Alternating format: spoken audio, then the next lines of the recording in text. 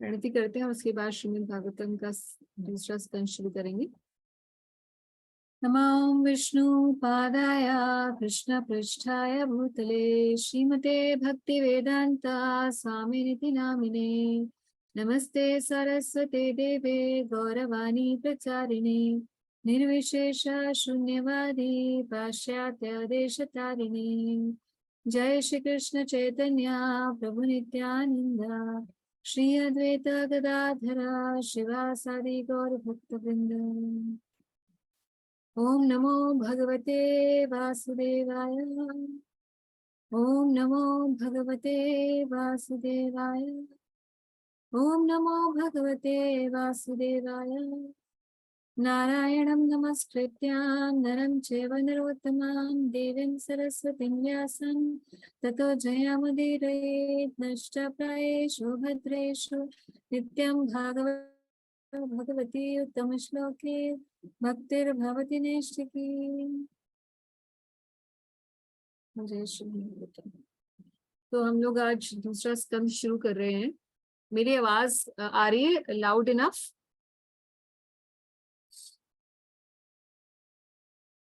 जी माता जी। यस माता जी। यस माता जी। ठीक है, तो स्कंद सबको आ रही है। ऑलराइट, तो हमने पहला जो स्कंद पढ़ा था उसमें मोटा मोटा जब शुरुआत की थी तो पहले के 3 अध्याय हमने देखे थे जो फिलोसफिकल थे, जिनके अंदर इंट्रोडक्शन था श्रीमद् भागवतम का, भक्ति की महिमा थी, श्रीमद् भागवतम की महिमा थी। फिर उसके बाद चौथे अध्याय से जब नारद मुनि की ने अपनी कथा सुनानी शुरू की, व्यास देव जी को कंफ्यूजन हुआ, फिर नारद जी प्रकट हुए, नारद जी ने अपनी कथा सुनाई। उसके बाद नारद जी ने पांडवों की कथा सुनाई, अश्वत्थामा के बारे में बताया, फिर परीक्षित महाराज के जन्म की कथा बताई, फिर परीक्षित कैसे बड़े हुए, पांडव कैसे रिटायर हुए, परीक्षित महाराज को भी फिर आगे उनका राज्य कैसा रहा, कली के साथ क्या उनका संवाद हुआ, और उसके बाद फिर कैसे उन्हें श्राप मिला। श्राप मिलने के बाद अब वो बैठे हैं, तो फिर जब बैठे तो पूरे ब्रह्मांड के जितने भी ऋषिगण थे, जितने भी ज्ञानी योगी तपस्वी थे, सब आ गए भागवत सुनने के लिए। और अब जब वो एकत्रित हुए वहां नैमिषारण्य में, तो उसी समय शुकदेव गोस्वामी भगवान की प्रेरणा से वहां पर उपस्थित हो गए। और अब शुकदेव गोस्वामी को ग्लोरीफाई करने के बाद परीक्षित महाराज ने उनसे प्रश्न पूछा, और प्रश्न पूछते रहने के बाद शुकदेव गोस्वामी अब रिप्लाई करने वाले हैं उनके क्वेश्चंस का जो परीक्षित महाराज ने पूछे थे। अब इसको मैंने एक दो मिनट के अंदर ही हमने फर्स्ट कैंटो का पूरा एक रिवीजन काइंड ऑफ रिकैप कर लिया। अब कैंटो 2 जो है आगे का संवाद है। यहाँ पर शुकदेव गोस्वामी बताने वाले हैं कि मैंने श्रीमद् भागवतम जो सुना है, आपके प्रश्नों के उत्तर में मैं आपको वही श्रीमद् भागवतम सुनाऊंगा जो कि मैंने व्यासदेव अपने पिताजी से सुना है। और वो भागवत की जो कथा उन्होंने व्यासदेव जी से सुनी है वो बोलना शुरू कर देंगे। तो यहाँ से बेसिकली हम ये कह सकते हैं कि फॉर्मली जो गुरु शिष्य रिलेशनशिप है और भागवत की कथा है, जो भागवत का ज्ञान शुकदेव गोस्वामी के पास है, वो अब बताना शुरू किया जाएगा। तो second canto is not very big. First canto काफी बड़ा था, उसमें 19 अध्याय थे, और सेकंड कैंटो बड़ा तो नहीं है, हालांकि इसमें 10 ही अध्याय हैं, मगर ये फिलोसफिकल ज्यादा है। फर्स्ट कैंटो में आपने देखा था कि कथा काफी, चौथे अध्याय के बाद कथा ज्यादा चल रही थी, मगर सेकंड कैंटो में कथा कम होगी और फिलोसफी ज्यादा होगी, यानी कि कॉन्सेप्चुअल कई चीजें आएंगी। और प्रभुपाद जी ने इसको कॉस्मिक मैनिफेस्टेशन के उससे संबोधित किया है कि किस तरीके से ये पूरी सृष्टि बनी। ये इसलिए कहा है क्योंकि इसके अंदर ये भी मेंशन होने वाला है। तो एट अ ग्लांस अगर हम देखें कैंटो 2 के अंदर हम क्या पढ़ने वाले हैं, पहले जो 3 अध्याय हैं, second canto, first chapter two third chapter, Shukdev Goswami वहां पे भक्ति योग की सुपीरियरिटी सबसे पहले स्थापित करेंगे 3 चैप्टर्स में। अब कोई क्वेश्चन पूछेगा, अरे भाई क्यों, ऐसा क्यों करने की जरूरत है, पूरे फर्स्ट कैंटो में तो ये क्लैरिटी हो ही गई है कि भक्ति ही सर्वोपरि है। मगर हमें देखना है कि उनका जो ऑडियंस है वहां पे तपस्वी, ज्ञानी, योगी सभी आए हुए हैं और भक्त भी आए हुए हैं। अब सारे ऑडियंस में मिक्स ऑडियंस है, इसीलिए सबसे पहले एस्टैब्लिश ये करना जरूरी है कि भक्ति सबसे उत्तम मार्ग है भगवान को पाने का। ये एस्टैब्लिश करने के बाद फिर चौथे, पांचवें, छठे और सातवें इन 4 अध्यायों के अंदर सर्ग और विसर्ग की बात होगी। ब्रह्मा जी और नारद जी का संवाद है, जिसमें नारद जी प्रश्न पूछ रहे हैं, ब्रह्मा जी उसका उत्तर दे रहे हैं। और सर्ग और विसर्ग क्या है? सर्ग और विसर्ग का मतलब है primary creation and secondary creation. तो जैसे मैंने आपको बहुत बार ये एग्जांपल दिया है कि अगर हम घर बनवाते हैं तो हम आर्किटेक्ट को या मिस्त्री को हायर करते हैं और हम सारा सामान देते हैं, मगर बनाता वो है। सो सिमिलरली भगवान नारायण जो है, जो महतत्व है, उसको बिल्डिंग ब्लॉक्स को दे देते हैं और ब्रह्मा जी को ज्ञान भी दे देते हैं। तो एक्चुअल में जो आर्किटेक्ट है, जो एग्जीक्यूशन का काम कर रहे हैं, सेकेंडरी क्रिएटर ब्रह्मा जी हैं, मगर जो प्राइमरी क्रिएटर है वो ओनर ही होता है, जिसने एक्चुअल में वो घर बनवा रहा है। उसी तरीके से भगवान नारायण और ब्रह्मा जी के आपस में रिलेशन को भी हम समझ सकते हैं। तो primary creation and secondary creation, primary creation by भगवान Shri Hari Vishnu and secondary creation by Brahma ji, that is the topic of सर्ग एंड विसर्ग। तो उसमें हम देखेंगे कि किस तरीके से मटेरियल एलिमेंट्स आते हैं, ये ब्रह्म जो पंच महाभूत आते हैं वो क्या होते हैं, फर्दर एक्सपेंशंस क्या होते हैं, उनको फिर जब सेकेंडरी क्रिएशन ब्रह्मा जी करते हैं तो कैसे कैसे प्लैनेट्स डेवलप होते हैं, तो यूनिवर्स कैसे बनता है, और इस टाइप की सब जो चीजें हैं, शरीर किस प्रकार से प्राप्त होते हैं लोगों को, जीवात्माओं को, ये सारे क्वेश्चंस इन सब अध्यायों के अंदर डिस्कस किए जाएंगे। और उसके बाद जो 8वां, 9वां और 10वां, ये 3 अध्याय जो हैं, ये परीक्षित महाराज कई प्रश्न पूछेंगे सुखदेव गोस्वामी से, और कई क्वेश्चंस तो उसमें ऐसे हैं जो कि हमें लगेगा कि वही चीजें हैं जो हम भगवद गीता में पढ़ चुके हैं। जैसे आत्म तत्व का ज्ञान होएगा, और शरीर छोड़ने के बाद व्यक्ति कहाँ जाता है, या शरीर कैसे प्राप्त होते हैं, एक्सेट्रा। ये सब जो आत्म तत्व से रिलेटेड है, ऐसे क्वेश्चंस हैं। और चतुर्श्लोकी भागवतम है, जो हम सैटरडे क्लास में भी कर रहे हैं, आप में से कई लोग अटेंड भी कर चुके हैं चतुर्श्लोकी भागवतम। तो ये चतुर्श्लोकी भागवतम भी इसी सेकंड कैंटो में आएगी। And then this canto will finish, and towards the end of the second canto there will be a mention of Maitreya and Vidru संवाद, जो कि थर्ड कैंटो का बेसिस बनेगा। तो फर्स्ट कैंटो और सेकंड कैंटो में लिंकेजेस क्या हैं? ऐसा नहीं है कि पहले फर्स्ट कैंटो और वो एक अलग कंपार्टमेंट है और सेकंड कैंटो एक अलग कंपार्टमेंट है और थर्ड एक अलग है, ऐसा नहीं है। जैसे भगवद गीता में भी हर चैप्टर के अंदर हमने जब किया था तो मैंने आपको कंटिन्यूटी बताई थी कि क्योंकि ये क्वेश्चन इस चैप्टर में पूछा था पिछले में, इसीलिए ये चैप्टर जो नेक्स्ट है वो उसी का आंसर है। इस तरीके से कंटिन्यूएशन थी और इसी तरीके से लिंकेजेस थी between various chapters of Bhagavad Gita. Similarly in every canto and in between every chapter of Shrimad Bhagavatam also there is a linkage. तो फर्स्ट और सेकेंड में लिंकेज क्या है? फर्स्ट कैंटो खत्म हुआ था तब परीक्षित महाराज ने प्रश्न पूछा था, और सेकंड कैंटो उन्हीं क्वेश्चंस का आंसर से शुरू होगा। तो ये हमने देख लिया। अब हम फर्स्ट चैप्टर से शुरू करते हैं।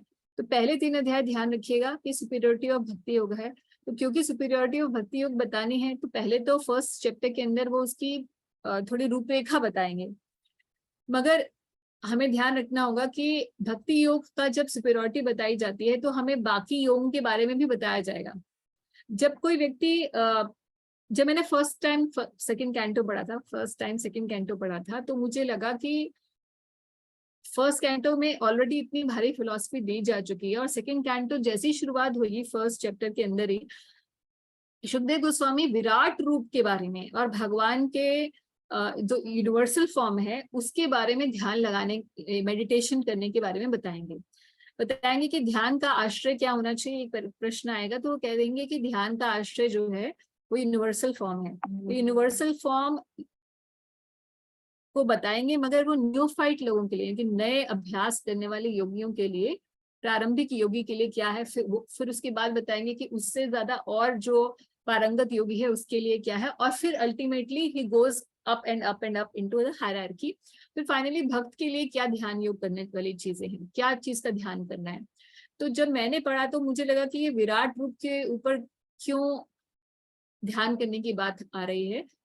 तब मुझे नहीं पता था कि कंटिन्यूएशन में कैसे हमें चीजों को पढ़ना चाहिए और कैसे कॉन्टेक्स्ट में बात बोली जा रही है, किसी एक पर्टिकुलर कॉन्टेक्स्ट में।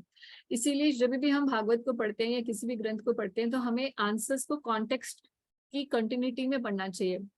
नहीं तो हम किसी भी एक श्लोक को कोट कर देंगे, और आपने देखा होगा बहुत जगह होता है आजकल तो मीडिया में, सोशल मीडिया में, कोई भी एक श्लोक आ जाएगा और उस श्लोक के ऊपर बोलेंगे देखिए इसमें ये लिखा है, ये कितना गलत है, ये एप्लीकेबल नहीं है या व्हाटएवर, और किस संदर्भ में वो बोला गया है, उससे पहले क्या प्रश्न थे या क्या बैकग्राउंड है जिस समस्या के सोल्यूशन के लिए वो बोला गया है, या किस सिचुएशन में वो बोला गया है, वो सब चीजें हटा दी जाती हैं। तो इस तरीके से शास्त्र के श्लोक मिसलीडिंग बन जाते हैं। तो अगर कोई ये बोले कि विराट रूप के ऊपर तो ध्यान लगाने के बारे में नए योगी के लिए बोला गया है, तो नया योगी मतलब नया भक्ति योगी भी हो सकता है। तो क्या प्रारंभिक भक्त को भी ऐसे ही लगाना चाहिए या नहीं लगाना चाहिए? तो ये क्वेश्चंस दिमाग में आ जाते हैं अगर हम प्रॉपर कमेंट्रीज के साथ या आउट ऑफ कॉन्टेक्स्ट हम पढ़ते हैं। तो इसलिए in continuation and with proper knowledge of context पढ़ना इज इम्पोर्टेंट। चलिए, तो सेकेंड चैप्टर के अंदर 39 श्लोकास हैं।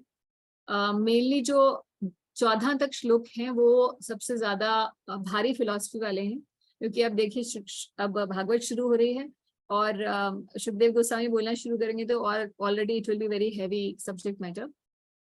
तो पहले 14 जो श्लोक हैं वो काफी महत्वपूर्ण भी हैं, क्योंकि इंट्रोडक्शन है और हैवी भी हैं। There is a lot of philosophy. Prabhupada ji ने काफी डिटेल्ड पर्पट्स कई जगह दिए हैं।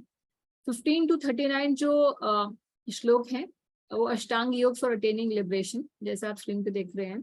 तो इसमें अष्टांग योगी के जो प्रारंभिक योगी हैं, जो विराट रूप पे ध्यान लगाने के लिए और किस तरीके से ध्यान लगाना है, इसके बारे में शुकदेव गोस्वामी बताएंगे। तो पहले जो 11 श्लोक हैं उसमें सुपीरियोरिटी ऑफ भक्ति बताएंगे। फिर उसके बाद 12 से 14 में बताएंगे कि हालांकि कोई मरण सार है, क्योंकि परीक्षित महाराज ने कहा था मेरे पास 7 दिन है, तो इसीलिए बता रहे हैं कि quality of life is what matters, not the quantity. Somebody can live for a very long time but not utilize the human form of life properly. But while on the other hand, somebody has a very limited time, but if one uses it properly, one can attain Krishna consciousness. One can attain the Dham of the Lord very fast. और इसको describe करने में खटवंग महाराज का example देंगे। तो बड़ी अच्छी कथा है, इसको हम लोग पढ़ेंगे। तो अब हम लोग शुरू करते हैं सेकेंड कैंटो का फर्स्ट से 11th श्लोक।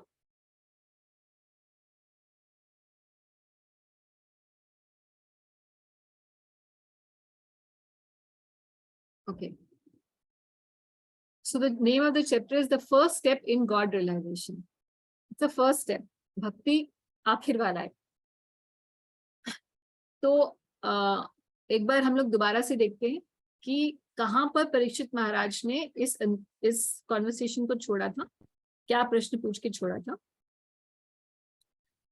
पिछले कैंटो में परीक्षित महाराज ने पूछा था, I am therefore begging you to show the way of perfection for all persons.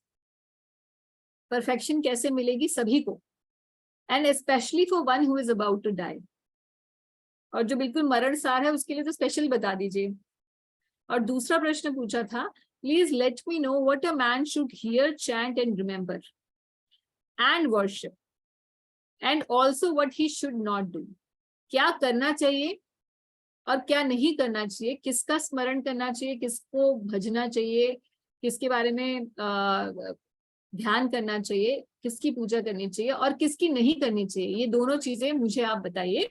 और परफेक्शन कैसे मिलेगी हर किसी को, and specially for the person who is about to die. ये दो प्रश्नों पर ये फर्स्ट कैंटो कंक्लूड किया गया था। अब यहां से शुरू कर रहे हैं सेकेंड कैंटो। ओम नमो भगवते वासुदेवाय। ये कौन बोल रहा है? ये भागवत के अंदर ही इन्वोकेशन है, जो शुकदेव गोस्वामी अब इन्वोकेशन दे रहे हैं, और इन्वोकेशन देने के बाद ही भागवत शुरू की जाती है। भागवत की प्रथा है।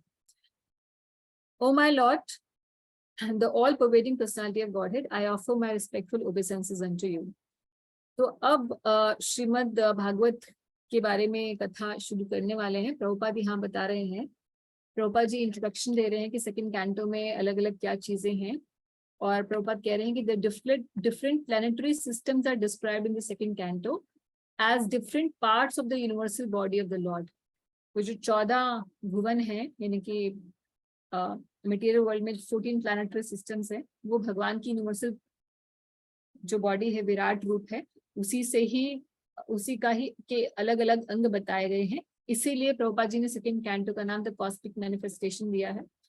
और प्रभुपाद यहाँ पे बता रहे हैं कि नए लोगों के लिए ये यूनिवर्सल फॉर्म के ऊपर मेडिटेशन है, ध्यान करना है विराट रूप के ऊपर। तो बहुत सारे और चीजें आएंगी, क्या क्या आएगा उसका इंट्रोडक्शन प्रभुपाद जी फर्स्ट उसके अंदर दे रहे हैं। अब शुकदेव गोस्वामी क्या कहते हैं, my dear king, your question is glorious because it is very beneficial to all kind of people. To hear the answer to this question is the prime subject matter of hearing and it is approved by all transcendentalists.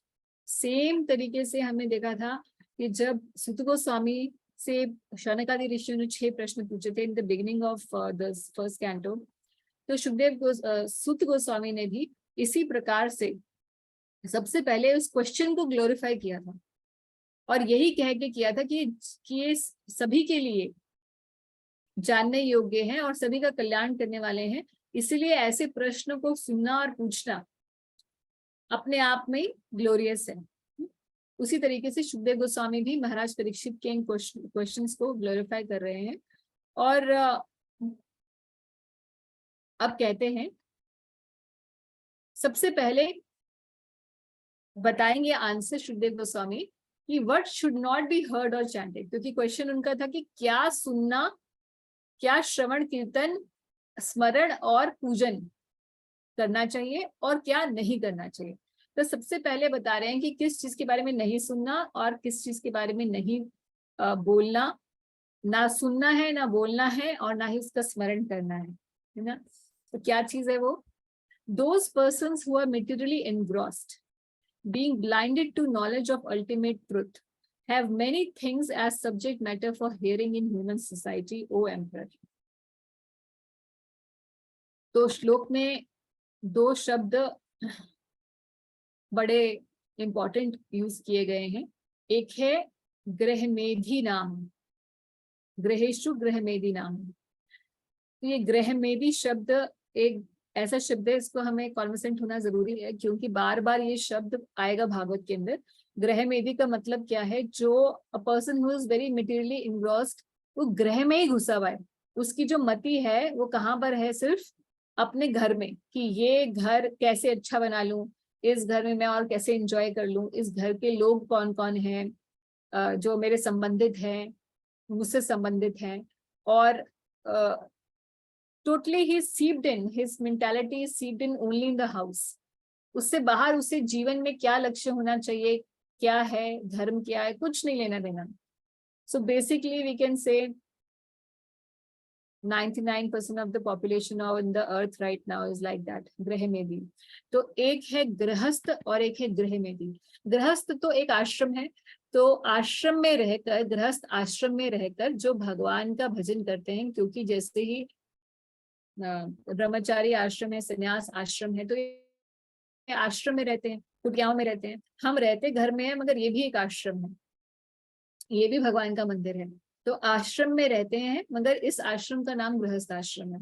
तो गृहस्थ आश्रम और यानी कि गृहस्थ व्यक्ति और ग्रहमेधी व्यक्ति में ये फर्क है कि हैं तो दोनों ही married, they are living with their wives and children and relatives, but the motive of both the people are different. गृहस्थ वहीं रहकर भगवान का भजन करता है और उसी आश्रम में भगवान की प्राप्ति के लिए कार्य करता है। और ग्रहमेधी क्या है, वो सब कुछ भूल के बस ग्रह को एंजॉय करना चाहते हैं, house and everything belonging to the house. तो इसलिए शुकदेव गोस्वामी कह रहे हैं कि सबसे पहले बता रहे हैं कि क्या चीज नहीं सुननी है, वो सब्जेक्ट मैटर नहीं सुनना है जो ग्रहमेधी जिसमें लगे हुए हैं। जैसे क्या क्या एग्जाम्पल दे सकते हैं, एग्जाम्पल हो सकता है सबसे पहले तो न्यूज। ये मर गया, वो पैदा हो गया, यहाँ पे बॉम्ब, यहाँ पे गोली, यहाँ पर अर्थक्वेक, यहाँ पर शेयर मार्केट, और ये तो छोड़ दीजिए। उसके बाद फिर पार्क में गए, इसने उसकी बोली, उसने उसकी बोली, यही सब चलता है ना। मतलब हमारे घर में ये हुआ, उसके घर में क्या हुआ, आपके घर में कौन आया था, हमने सुबह क्या खाया, कल हम क्या खाएंगे, उसके कपड़े देखो, अरे उसने मुझे ऐसे कह दिया। These are the talks which are going around us. ग्रहमेदी, ग्रहमेदियों का ये सब्जेक्ट मैटर है।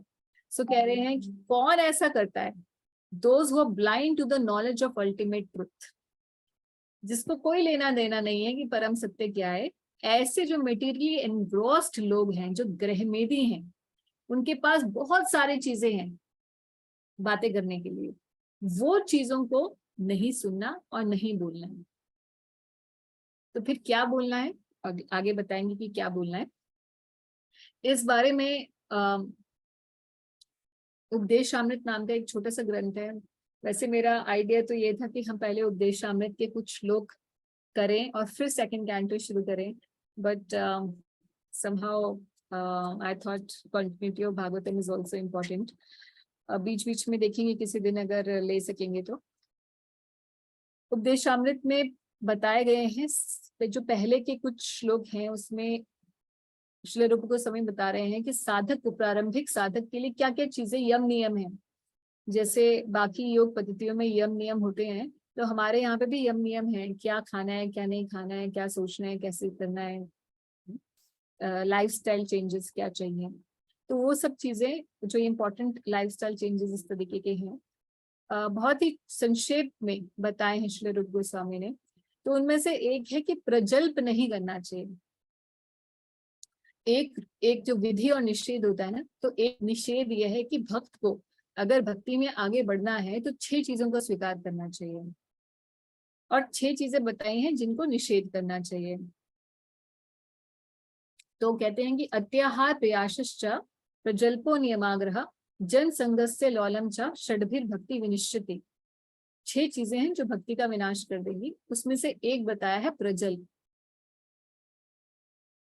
तो प्रजल्प क्या है, ये वही है श्लोक, इस भागवत का श्लोक में भी वही बात आ रही है जो उधर उपदेशामृत के श्लोक में है, कि भक्ति नष्ट हो जाएगी अगर आपने ग्राम्य कथा की।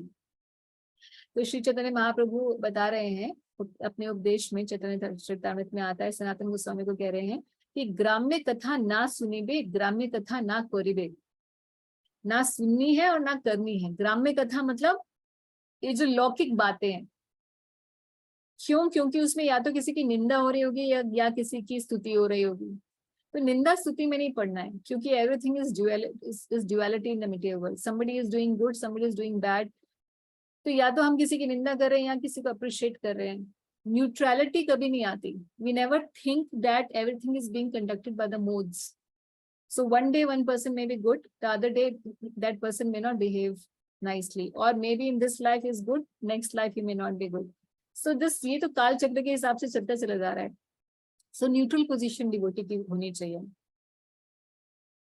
तो अब ये बताने के बाद प्रभुपाद जी कह रहे हैं यहाँ पर इंट्रोडक्शन में कि one is grahastha and the other is grahemedi. Grahasthas are those who live together with wife and children, but live transcendently for realizing the ultimate truth. The Grahemedis, however, are those who live only for the benefit of family members, extended or centralized, and thus are envious of others. तो गृहस्थ का क्या, गृहस्थ की जो अगर duties हम लंबी चौड़ी बहुत लिस्ट है, देखेंगे कभी तो उसमें सिर्फ गृहस्थ अपने घर वाले का पोषण नहीं करता। इवन गृहस्थ के लिए बताया गया कि शाम संध्या समय दोनों टाइम जो प्रसाद का समय होता है, तो उससे अपने घर के बाहर जाकर आवाज लगानी चाहिए कि कोई भूखा है। अगर 3 बार आवाज लगानी चाहिए कि अगर कोई भूखा है तो प्रसाद मिले, उसके बाद फिर खुद पाना चाहिए। That person is actually living to help others. तो मगर ग्रहमिति क्या है कि जो भी हो सब हमारे लिए होना चाहिए। Everything is for me. There's no donation, there's no support for religion from that person's family, or if it is so, then it is only for pomp and show. So the word medhi means jealous of others. So the Grahamedi being interested in family affairs only are certainly envious of others. Therefore, one Grahamedi is not on good terms with another Grahamedi. तो इसीलिए क्या है, जब एक Grahamedi दूसरा Grahamedi, the envious people are collected in this whole society. Actually, the situation in the society is not very good. तो jealous कैसे होते हैं, एनवियस कैसे होते हैं? बहुत ही सिंपल है, आप कहीं चले जाइए, किसी से बात कर लीजिए, और सबसे अच्छा उदाहरण होता है किसी भी फैमिली गैदरिंग के अंदर देखने को ये बहुत अच्छा मिलता है कि उसने ये पहना है, उसके घर में ये प्रॉस्पेरिटी हो गई, हमारे घर में इतना नहीं मिला, हम इतना कर रहे हैं मगर वो ज्यादा प्रॉस्पर हो रहा है. So it's a typical show off your possessions, है ना. तो बड़ा अच्छी सेटिंग है अंडरस्टैंड करने के लिए. इसमें हम कभी जाते हैं तो हम तो ऐसे चुपचाप बैठे रहते हैं और देखते रहते हैं भागवत के श्लोकों को कि कैसे मैनिफेस्टेड है श्लोक की. हर बात जो है वो लोगों की बातों से हमें दिखता है कि हाँ, जो भागवत के श्लोकों में लिखा हुआ है बिल्कुल सही बात है और ये एक्चुअल में लोग यही कर रहे हैं. तो अगले श्लोक में रीजन बता रहे हैं क्यों नहीं करना चाहिए, क्यों हमें गृहमेदियों के जो कथा है उसमें वो श्रवण कीर्तन स्मरण क्यों नहीं करने चाहिए. तो ये श्रीमद् भागवतम का एक ऐसे श्लोक है जो कि बड़ा फेमस है. श्रील प्रभुपाद इसको करीबन 1000-2000 टाइम अपने लेक्चर्स में बोले हैं. तो ये श्लोक थोड़ा सा हार्ड है. हार्ड मतलब ब्लंट है. तो क्यों, सुखदेव गोस्वामी तो एक विरक्त व्यक्ति हैं, और विरक्त व्यक्ति जब बात करना शुरू करेगा वो भी सुखदेव गोस्वामी के लेवल पर. तो भागवत एक ग्रंथ है ये जो निवृत्ति पथ को पर व्यक्ति को अग्रसर करता है, निवृत्ति की तरफ लेके जाता है. इसीलिए कई श्लोक भागवत के अंदर आएंगे जो आपको लगेंगे थोड़ा से एक्सट्रीम बोले जा रहे हैं. What's wrong with that? ऐसे तो सारी दुनिया ही कर रही है. मगर भागवत एक्चुअल में उसी की उस जो हर कोई समाज में कर रहा है उसमें त्रुटि क्या है उसको बताने के लिए अग्रसर होते हैं.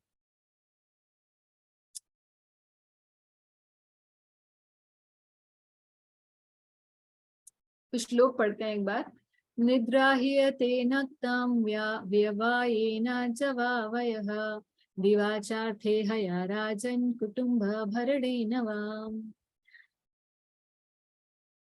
The lifetime of such envious householders, कौन, जो गृहमेदी हैं, is passed at night either in sleeping or in sex indulgence, and in the daytime either in making money or maintaining family members. तो अगर देखा जाए तो 24 घंटे किस तरीके से लोगों के डिवाइडेड हैं कलयुग के अंदर, वो बता रहे हैं यहाँ पे. Definitely it sounds very extreme, मगर दिस इज अ ट्रुथ कि दिन जो है पैसा कमाने में लग रहा है या फिर घर के लोगों को मेंटेन करने में लग रहा है, और रात जा रही है सोने में, है ना. तो इसीलिए ऐसे लोगों की जो कथाएं होंगी, जो वो बोलेंगे, जो वचन बोलेंगे, वो वचन कैसे होंगे, सुनने योग्य नहीं होंगे, उनको स्मरण करने योग्य नहीं होंगे, और ना ही उनके बारे में बात करने से व्यक्ति का कोई सोल्यूशन निकलने वाला है. So they are wasting their life by doing this. इसी को कंटिन्यू करके कह रहे हैं, पर्सन डिवाइड ऑफ आत्म तत्व do not inquire into the problems of life. Why? Because they are so busy doing stupid stuff day and night. So they don't have time to inquire about the problems of life, neither they have the inclination to. Being too attached to the fallible soldiers like the body, children, wife, etc. Although sufficiently experienced, still they do not see their inevitable destruction. तो इतने mood हैं कि हालांकि देख रहे हैं कि although they are sufficiently experienced, देख रहे हैं कि हमारा आसपास जो लोग हैं वो जा रहे हैं, हमसे जो ऊपर है वो मर चुके हैं, हम बुढ़ापे की तरफ जा रहे हैं, हमारे बच्चे बड़े हो रहे हैं. सो काल चक्र को चलते हुए देख रहे हैं, मगर फिर भी they are to attach to the fallible soldiers. Fallible soldiers, fallible क्या होता है? जो चित हो सकता है, यानी कि जो परमानेंट नहीं है, somebody which can fall down, है ना. तो ऐसे फेलिएबल सोल्जर्स कौन कौन से? शरीर, पुत्र, स्त्री, पुरुष. अपना कई बार हम देखते हैं कि कोई बूढ़ा व्यक्ति है, अभी भी उसकी आसक्ति किसके अंदर है कि नहीं नहीं मेरा बेटा मुझे बचा लेगा, है ना, या मेरी बेटी, आजकल तो खैर बेटियों वाला भी सिस्टम हो गया कि नहीं मेरी बेटी भी किसी से कम नहीं है, या मेरा कोई लेडीज होती हैं वो अपने को ये सोचती है my husband will take care of me, और जो बहुत ज्यादा इंडिपेंडेंट माइंडेड होते हो कहते हैं हम अपने आप में ही सक्षम है, तो हमारा शरीर जो है, हम अपने शरीर से सबल रहेंगे तो हम अपने आप को खुद ही टेक केयर कर लेंगे। So they are to attached to the fallible soldiers. मगर फेलिएबल ये क्यों है? क्योंकि they are all going to die. शरीर का तो धर्म ही है व्याधि देना, व्याधि मंदिरम, है ना। तो शरीर भी जाने वाला है, बच्चे भी जाने वाले हैं, और घर के आसपास के लोग भी जाने वाले हैं। Everything is fallible. तो जो उसका खुद का अस्तित्व जो है डावाडोल है, ऐसे लोगों से हम ये सोच रहे हैं कि मेरी रक्षा हो जाएगी। Of course it is not logical, but practically everybody is doing the same. या फिर वैसे मुझे यहाँ एक्सेट्रा के अंदर मुझे लगता है कि मनी इज द थिंग। जिसके पास पैसा होता है वो सोचता है अरे कोई भी नहीं होगा तो पैसे से में सब कुछ, आज कुछ भी खरीदा जा सकता है।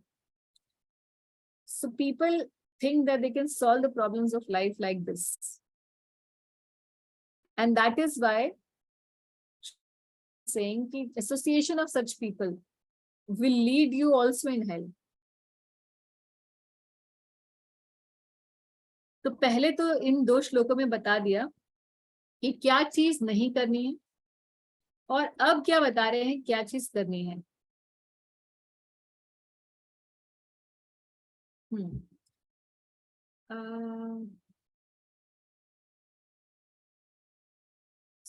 पांचवा है ना श्लोक की। हाँ, ये श्लोक थोड़ा काफी ये इंपॉर्टेंट श्लोक है भागवत का ये भी। तस्माद् भारत सर्वात्मा भगवान ईश्वरो हरिः श्रोतव्य कीर्तितव्यश्च स्मर्तव्यश्चेच्छत अभयम। अभयम जिसको चाहिए, जिसको किसकी इच्छा है, किसकी इच्छा है? अभयम की, जो अभय होना चाहता है। क्योंकि मृत्यु सामने है किसके? परीक्षित महाराज के, और उनके द्वारा सबको भी संबोधित किया जा रहा है।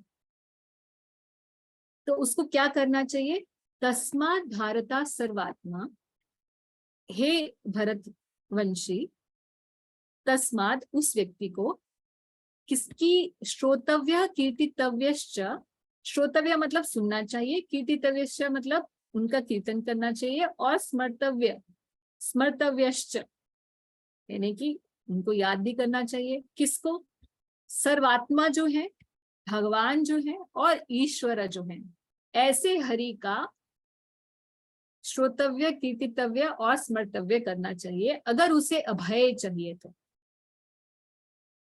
इस श्लोक के अंदर बड़ा क्लियर मैसेज है कि किसका गुणगान करना चाहिए? भगवान श्री हरि का, जो सर्वात्मा है, भगवान है और ईश्वर है।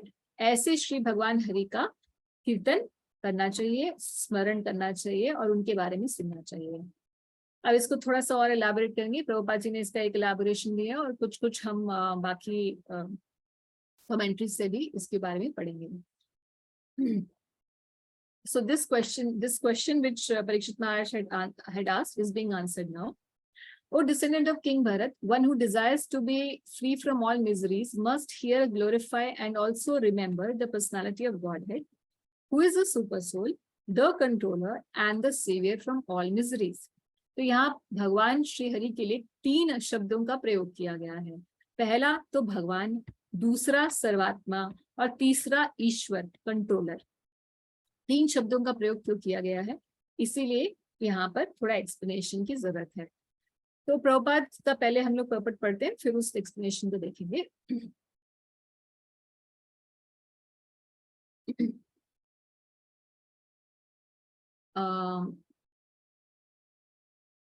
ओके, यहाँ से पढ़ते हैं। One should not do anything either good or bad on his own account, but one must execute everything on behalf of the Supreme Lord, the ultimate proprietor of everything that be. तो कोई भी काम अपने लिए नहीं करना है, भगवान की प्रसन्नता के लिए सब काम करना। इसको 927 प्रभुपाद जी कोट कर रहे हैं कि भगवान ने कर्म करने की ये विधि दी है। 927 इज यत् करोषि यत् अश्नासि यत् जुहोसि ददासि यत् तपस्यसि कौन्तेय तत् कुरुस्व मदर्पणम्। तो भगवान ने कहा है कि जो भी करते हो, जो भी खाते हो, जो भी तपस्या करते हो, सब मुझे अर्पण करो। Therefore, one should first of all hear about the Lord.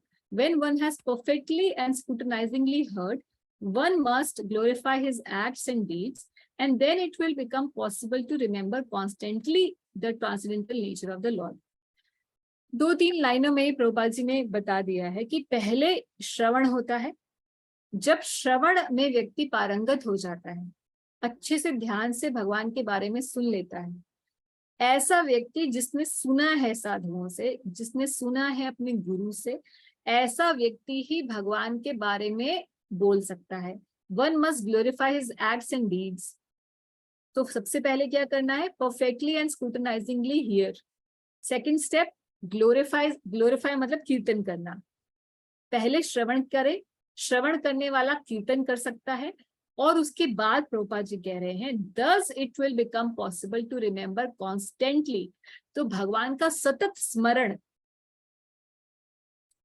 जो कि वास्तविक we can say this is the goal, क्योंकि एंड मूवमेंट पर सबसे ज्यादा इंपॉर्टेंट क्या है? ये नहीं कि हम सुन क्या रहे हैं, और ये नहीं कि हम देख क्या रहे हैं, या हम बोल क्या रहे हैं।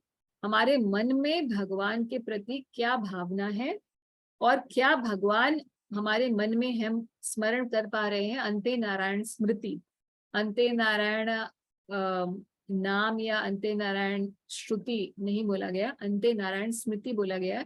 क्यों? क्योंकि उस समय मन ऐसी स्थिति में नहीं होता कि वो कुछ भी स्मरण कर सके, दबाव में नहीं कुछ कर सकते। We can't push it to think about something. Only if one has practiced, whatever one has practiced, that will come in the mind automatically.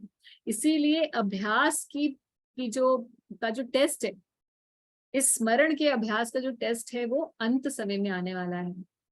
और अंत समय में आने के लिए जरूरी है कि पूरे जीवन में भी सतत स्मरण होना चाहिए। सतत स्मरण करने के लिए ये जरूरी है कि हमने भगवान का कीर्तन किया हो। कीर्तन करने के लिए जरूरी है कि हमने श्रवण किया। इसीलिए ये प्रक्रिया है भक्ति की। ऐसे भी हम देखें,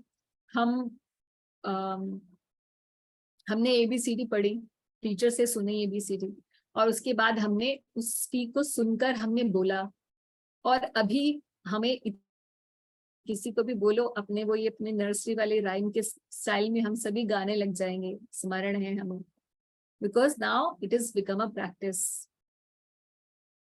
तो पहले श्रवण, कीर्तन और फिर स्मरण, ये हर चीज में, हर नॉलेज के लिए ऐसी ही विधि चलती है।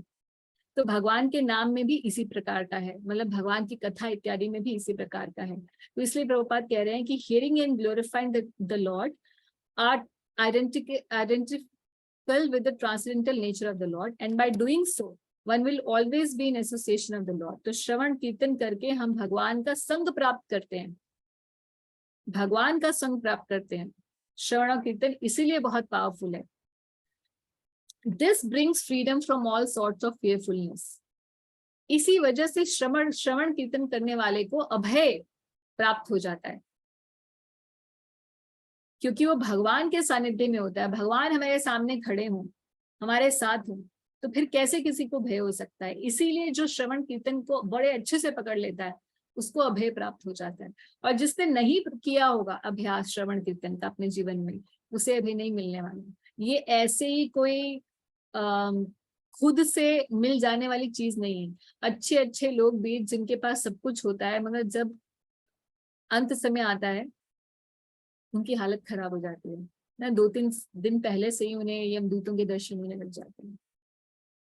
So this process of hearing and glorifying the Lord is applicable for everyone, whoever he may be, and it will lead one to the ultimate success in everything in which one may be engaged by providence. आगे क्या कह रहे हैं प्रभुपाद की, इसको पढ़ने से पहले एक श्लोक में एक और एंगल है, क्योंकि डिफरेंट एंगल्स ऑफ विजन से हम श्लोक को पढ़ते हैं। क्योंकि पूरा चैप्टर बता रहा है अबाउट द ग्लोरीज ऑफ भक्ति योग, तो इसीलिए यहाँ पर हर किसी को संबोधित करते हुए भगवान श्री हरि की के लिए नाम कहे गए हैं। जैसे हम श्लोक में हमने पढ़ा था, श्लोक में हमने पढ़ा पहला नाम भगवान के लिए बताया है सर्वात्मा, दूसरा भगवान, और फिर है तीसरा ईश्वर, है ना। कौन है ईश्वर? श्री हरि। तो श्री हरि के लिए 3 बातें प्रयोग की गई हैं, तो ऐसे ही नहीं की गई, इनका भी अर्थ जो है आचार्य समझाते हैं। एक बार हम पीपीटी में देखेंगे।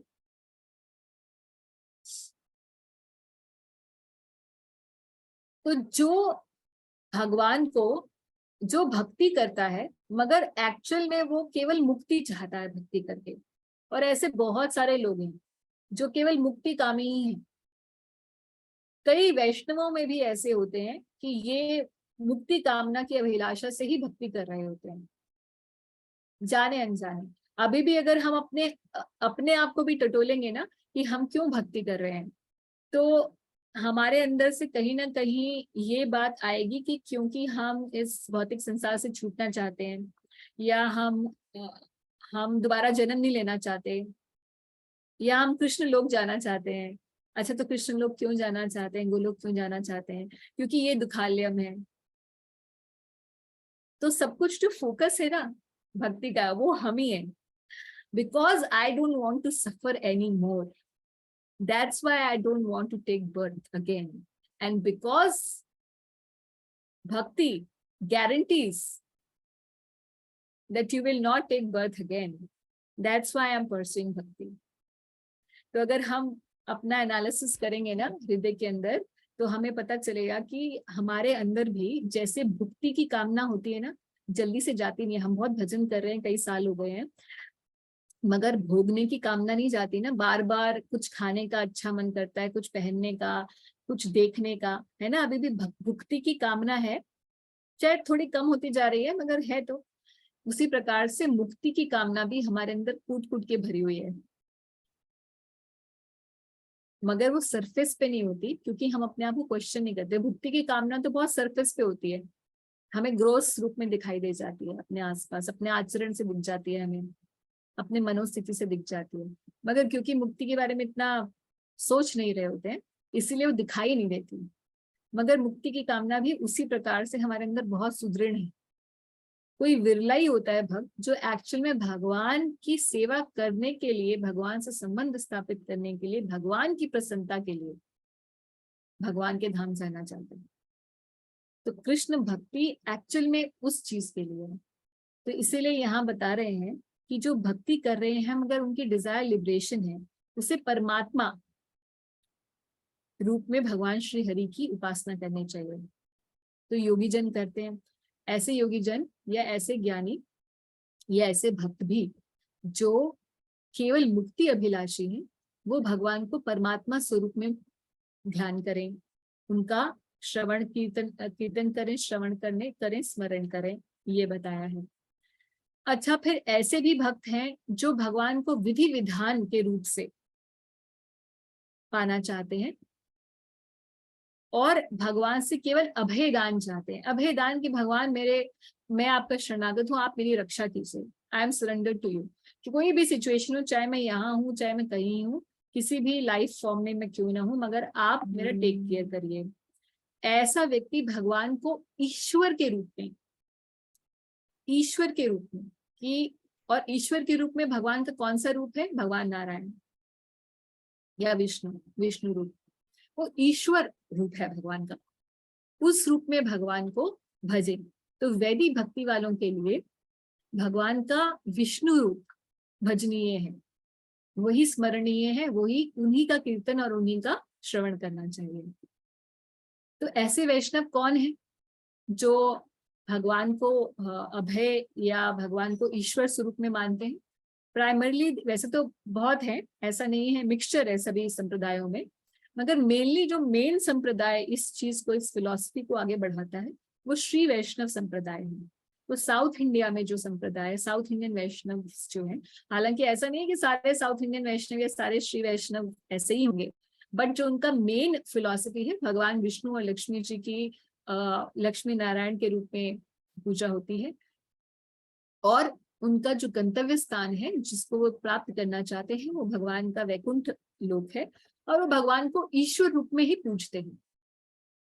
हमारे यहाँ जैसे हम भगवान को सखा, बालक इत्यादि रूप में, प्रेमी के रूप में पूजते हैं, वैसा वाला प्रयोजन वहाँ नहीं है। हालांकि वहाँ पे भी कई आलवार्स हुए जिन्होंने भगवान को फिर थोड़ा जैसे माधुर्य रति में भी और थोड़ा बहुत साक्ष्य रति में भी बातें आई हैं उनके भी संप्रदाय में, मगर मेन फिलॉसफी उनकी यही है, ईश्वर भाव में भगवान की पूजा अर्चना करना।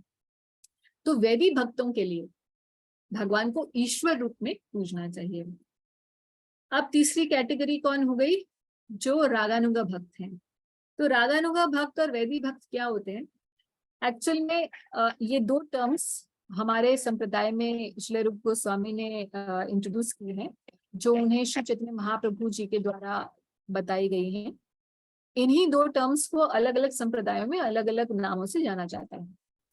वैदी मतलब ये होता है ऐसी भक्ति जो कि विधि विधान से की जाए, शास्त्रों के निर्देश अनुसार की जाए और नियम पूर्वक की जाए। जो भी नियम शास्त्रों में बताए हैं, सेवा के, पूजा के, जप कीर्तन इत्यादि के, उन सभी नियमों के द्वारा भगवान की जब विधिवत पूजा की जाती है उसको वैदी भक्ति कहते हैं। वैदी भक्ति के अंदर the impetus to do bhakti is the instruction of either the shastras or some guru or vaishnav. Impetus समझते हैं? Impetus का मतलब होता है कि why I am doing what I am doing. तो शास्त्र कहता है कि ये दुखालय है, हमें यहाँ से निकलना चाहिए, हमें भगवान की भक्ति करनी चाहिए, भगवान श्री हरि हैं, इसलिए मैं उनके शरणागत हूँ, भक्ति सबसे सर्वोपरि माध्यम है भगवान से संबंध स्थापित करने का, इसलिए मैं इस पथ पर हूँ। तो ये कहाँ लिखा है? शास्त्र में। कौन बता रहा है? मेरे गुरु ने बताया और बाकी साधुओं ने भी बताया। और क्योंकि वो बता रहे हैं, बल्कि मेरे मन नहीं कर रहा, मैं इतना रेगुलेटेड हूं नहीं, बट फिर भी I am pushing myself to do it, इसे कहते हैं वेदी भक्ति। वेदी भक्ति का मतलब है विधि विधानों के द्वारा की जाने वाली भक्ति, जिसमें इम्पिटस इज द शास्त्रवाणी और द गुरुवाणी। देन व्हाट इज रागानुगा भक्ति? रागानुगा भक्ति का मतलब है, ये भी साधना भक्ति है। रागानुगा भक्ति का मतलब है जो राग पर आधारित हो। राग मतलब मान लीजिए अब मेरी बेटी है तो मुझे उसका टेक केयर करना है। अभी कोई बाहर का बच्चा आए उसको भी मैं टेक केयर करूंगी, मगर उसको मैं इसलिए करूंगी क्योंकि किसी का बच्चा है, हमें भी अपने बच्चे के जैसे उसका ख्याल रखना चाहिए, और उसको देखूंगी कि he or she is well taken care of, so खाना पीना खिलाया, ठीक है, वो externally I'm doing everything for that child, but not out of spontaneous love. But if I'm doing the same thing for my own daughter, I will do out of love. तो ऐसे ही वैदिक भक्ति करने वाला out of obligation, out of Vedic obligations, he is doing what he is supposed to do. But राग भक्ति करने वाले के अंदर अनुराग है भगवान के लिए। वो इसलिए भक्ति नहीं कर रहा क्योंकि शास्त्रों में लिखा है भक्ति करनी चाहिए, भगवान की पूजा करनी चाहिए। राग वाला ऐसा है जिसको अब हो गया कि अरे भैया मुझे तो और कुछ करना ही नहीं है, this person Krishna is my family member, I am family member of Krishna, we are a family with Krishna. और ये या कृष्ण को अपना सखा मानता है, किसी ना किसी भी एक संबंध में भगवान के साथ जुड़ा हुआ है, और अब उसका राग भगवान में हो गया है। He is spontaneous in his devotion. He doesn't need, now he is the person who doesn't need to necessarily follow the Vedic instructions, because the purpose of Vedic instructions was to bring one to that level of rag. हालांकि राग भक्ति में भी व्यक्ति नियमों का पालन externally करता है, मगर उसका इम्पेटस केवल भगवान को प्रसन्न करना होता है। अपने उद्धार के लिए जो भक्ति वो कर रहा था, वो अपना उद्धार वाला उद्देश्य उसका थोड़ा बैक सीट में चला जाता है। वो भक्ति करने लग जाता है, क्यों? क्योंकि अब उसे कृष्ण से प्रेम है, वो उसके बिना रह ही नहीं सकता। तो जो ऐसे भक्त हैं रागानुगा भक्ति करने वाले, one who is greedy for devotion, जिसमें लौल्यम आ चुका है कि वो बस मुझे कृष्ण आपको प्राप्त करना ही है, मुझे आपके दर्शन करने ही है, कहाँ जाओगे आप, मैं तो पाके ही रहूंगा आपको, ऐसा व्यक्ति जो हो चुका है, he should hear about भगवान, स्वयं भगवान श्री कृष्ण। तो कह रहे हैं कि परमात्मा, सर्वात्मा, भगवान, ईश्वरा, हरि ही, जो भी आपका उद्देश्य है उसके हिसाब से आप देख लीजिए कि भगवान के किस स्वरूप को आपको भजना चाहिए, कीर्तन करना चाहिए और स्मरण करना चाहिए। इस्कॉन के अंदर क्या होता है, रागानुगा भक्ति होती है कि वैदिक भक्ति होती है? वैदिक भक्ति। We follow the 9 stages, no, Mataji? So, like initially we will start with Vedic Bhakti only, and then gradually we go up, right? ये क्वेश्चन है या आंसर है? That is the answer, Mataji. Okay okay, अभी पहले एक और माता जी ने, किसी ने कुछ आंसर दिया था। माता जी, वैदिक भक्ति जनरली वही वैदिक भक्ति पहले होता है, हाँ, स्लोली स्लोली पर्सन कितना इंटेंसली उसको फॉलो करता है, then we can go to रागानुगा भक्ति। बलि और आंगी। ओके, तो और कोई किसी का क्या ओपिनियन है? रंजन प्रभु। हरे कृष्णा माता जी। एक्चुअली पहले तो जैसे पर्सनली बताए तो पहले सबको जो आते हैं कुछ प्रॉब्लम लेके आते हैं कि भाई ये अच्छा लग रहा है, भक्ति करना अच्छा लग रहा है क्योंकि इससे प्रॉब्लम से हम दूर रह सकते हैं। ये बात, हाँ वही आर्त अर्थार्थी जिज्ञासु और ज्ञानी, तो सब तो अर्थ बन के ही आते हैं। तो मेरा तो ये पर्सनल मानना है कि सब लोग आते हैं कि भाई बाकी सब कुछ करके तो देख लिया, ये तो भक्ति करो, इससे एंजाइटी रिलीफ होगी और हम भक्ति में लगे रहेंगे तो अच्छा लगेगा, अच्छा लगेगा। फिर धीरे धीरे आदत पड़ जाती है और फिर लगता है कि यही बस यही अच्छा है, भक्ति is good. So I think people gradually move towards from that problem phase, फिर क्या habit phase, फिर थोड़ा शायद जाके बाद में थोड़ा थोड़ा आके कि हाँ रागानुराग भक्ति की तरफ तो चलते हैं। फिर मेरा तो ऐसा लगता है मुझे कि कोई पहले से एकदम रागानुराग भक्ति की तरफ नहीं आ सकता। हाँ, ओके। और इसका कोई मत?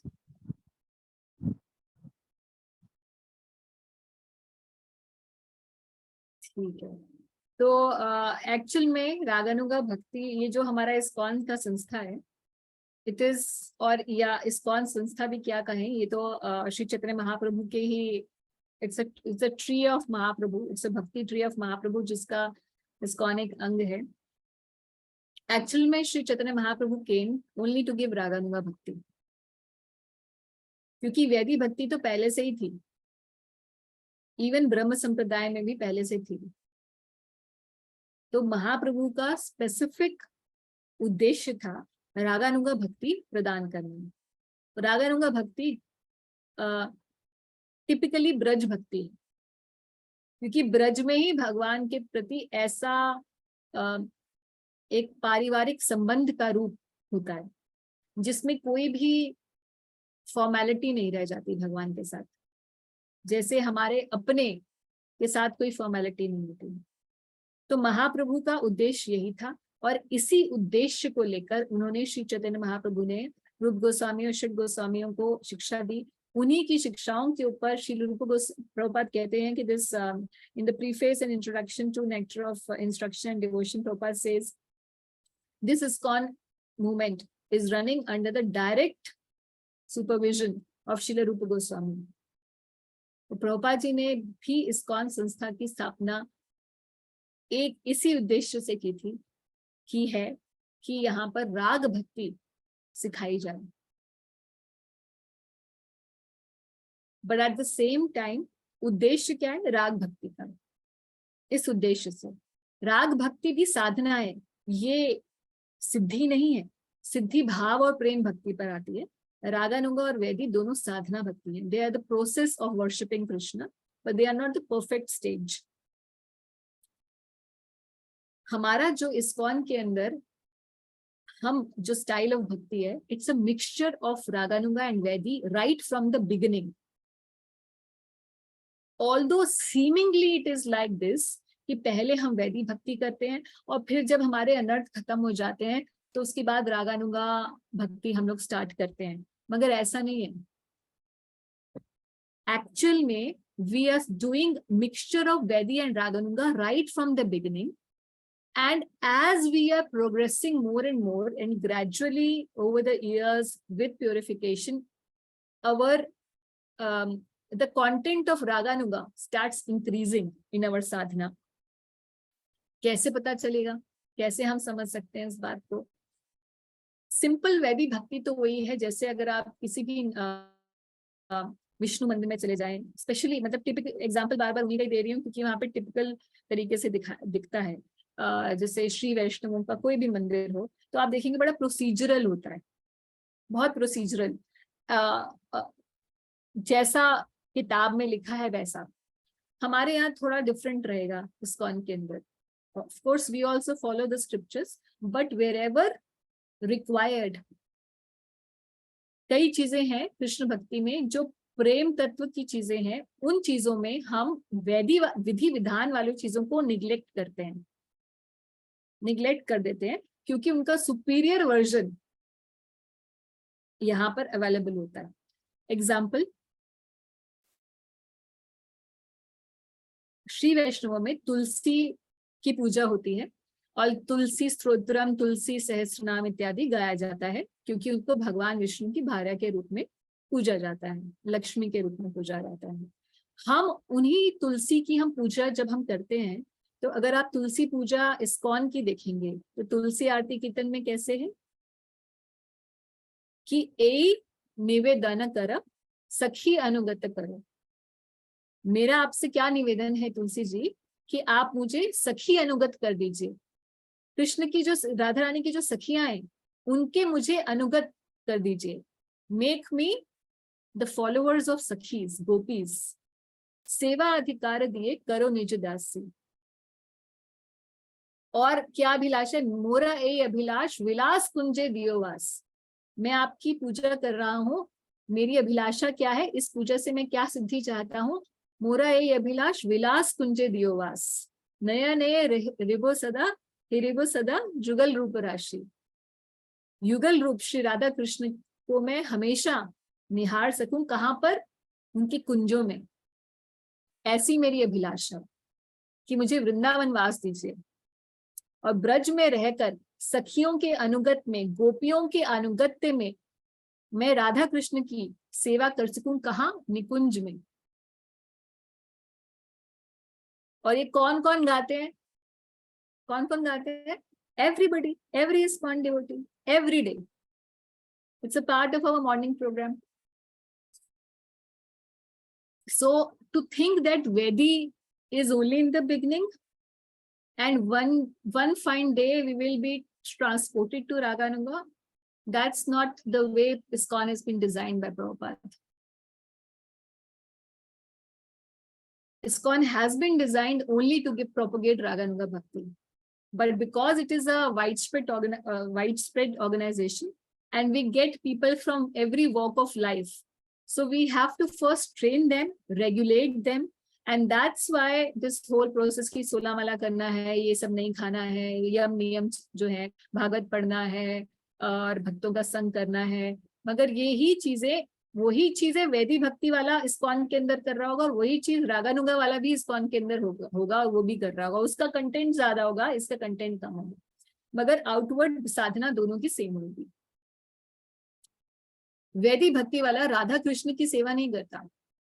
वैदी भक्ति वाला अगर कृष्ण की सेवा करता है तो कृष्ण के साथ रुक्मिणी जी की सेवा करता है, या भगवान के सीताराम या लक्ष्मी नारायण फॉर्म की सेवा करता है.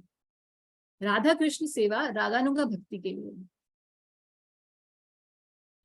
और हमारे हर मंदिर में गौर निताय इनके महाप्रभु जो कि राधा कृष्ण स्वयं है, और एक न एक राधा कृष्ण भी होते हैं किसी भी नाम से. हमारे डीटीज रागानुगा भक्ति के हैं. हमारा युगल मंत्र रागानुगा भक्ति का है, हरे कृष्ण महामंत्र. हमारी प्रार्थनाएं रागानुग भक्ति की हैं, और हमारा जो गोल है कृष्ण प्रेम पाना और गोलोक में भगवान की प्राप्ति करना, वो भी रागानुग भक्ति है का ही गोल है। तो if you see the whole structure, the sadhana and the sadhya of ISKCON, it is very clear that right from the beginning, Prabhupada wants us to be there. He's training us. हालांकि हर कोई उसके लिए लायक नहीं होता, तो ISKCON एक ऐसा institution है जहाँ पे अलग अलग लायकात वाले एडजस्ट हो जाते हैं। कोई इंस्टीट्यूशन ऐसे होते हैं जहां पर ओनली पर्टिकुलर लेवल के लोग जो होते हैं वही इनवाइटेड होते हैं। यहाँ पे everyone and everybody is invited. जो वैदी वाला है उसके लिए भी यहाँ पर पूरा मसाला है, और जो रागानुगा के लेवल पे आ चुका है या जो भाव भक्ति के लेवल पे है, प्रेम भक्ति के लेवल पे, उसके लिए भी यहाँ पे सब मसाला है। So everything is there for everyone. It's like ISKCON desire tree. ISKCON is a desire tree, कल्प वृक्ष है, जिसमें सबके लिए, सब नीड्स वाले डिवोटीज के लिए यहाँ पर हर प्रकार से सब सुविधाएं अवेलेबल हैं। सो हाँ, मगर ये बात है कि शुरू में जब हम शुरू करते हैं तो वैदिक भक्ति के नियमों से हम प्रेरित होते हैं, शास्त्रों की बातों से हम प्रेरित होते हैं, गुरु और के वचनों से हम प्रेरित होते हैं, और उस प्रेरणा को सोच के हम लोग उस प्रेरणा को अपने हृदय में धारण करके हम सोचते हैं हमें भी ये करना चाहिए। मगर सिर्फ हम वैदिक भक्ति नहीं कर रहे होते, हम कर रागानुगा प्लस वैदी मिक्स कर रहे होते हैं, मगर इम्पेटस वैदी वाला होता है। धीरे धीरे वो इम्पेटस राग वाला बन जाता है, क्योंकि हमारी नेचर बन जाती है भक्ति करने, नेचर चेंज हो जाती है। But the process remains a mixture of both वैदी एंड रागानुगा। I hope it is clear to everyone. Yes माता जी। यस माता जी। ओके, so अभी let's go back to what's the time?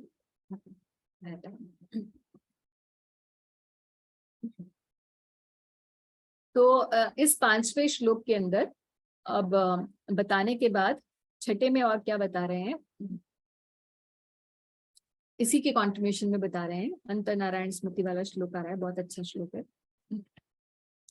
The highest perfection of human life achieved either by complete knowledge of matter and spirit, यानी कि ज्ञान योग से हो चाहे प्राप्त परफेक्शन, और by practice of mystic powers जो कि अष्टांग योग में होता है, और by perfect discharge of occupational duty यानी कि वर्णाश्रम और कर्म योग के माध्यम से हो चाहे।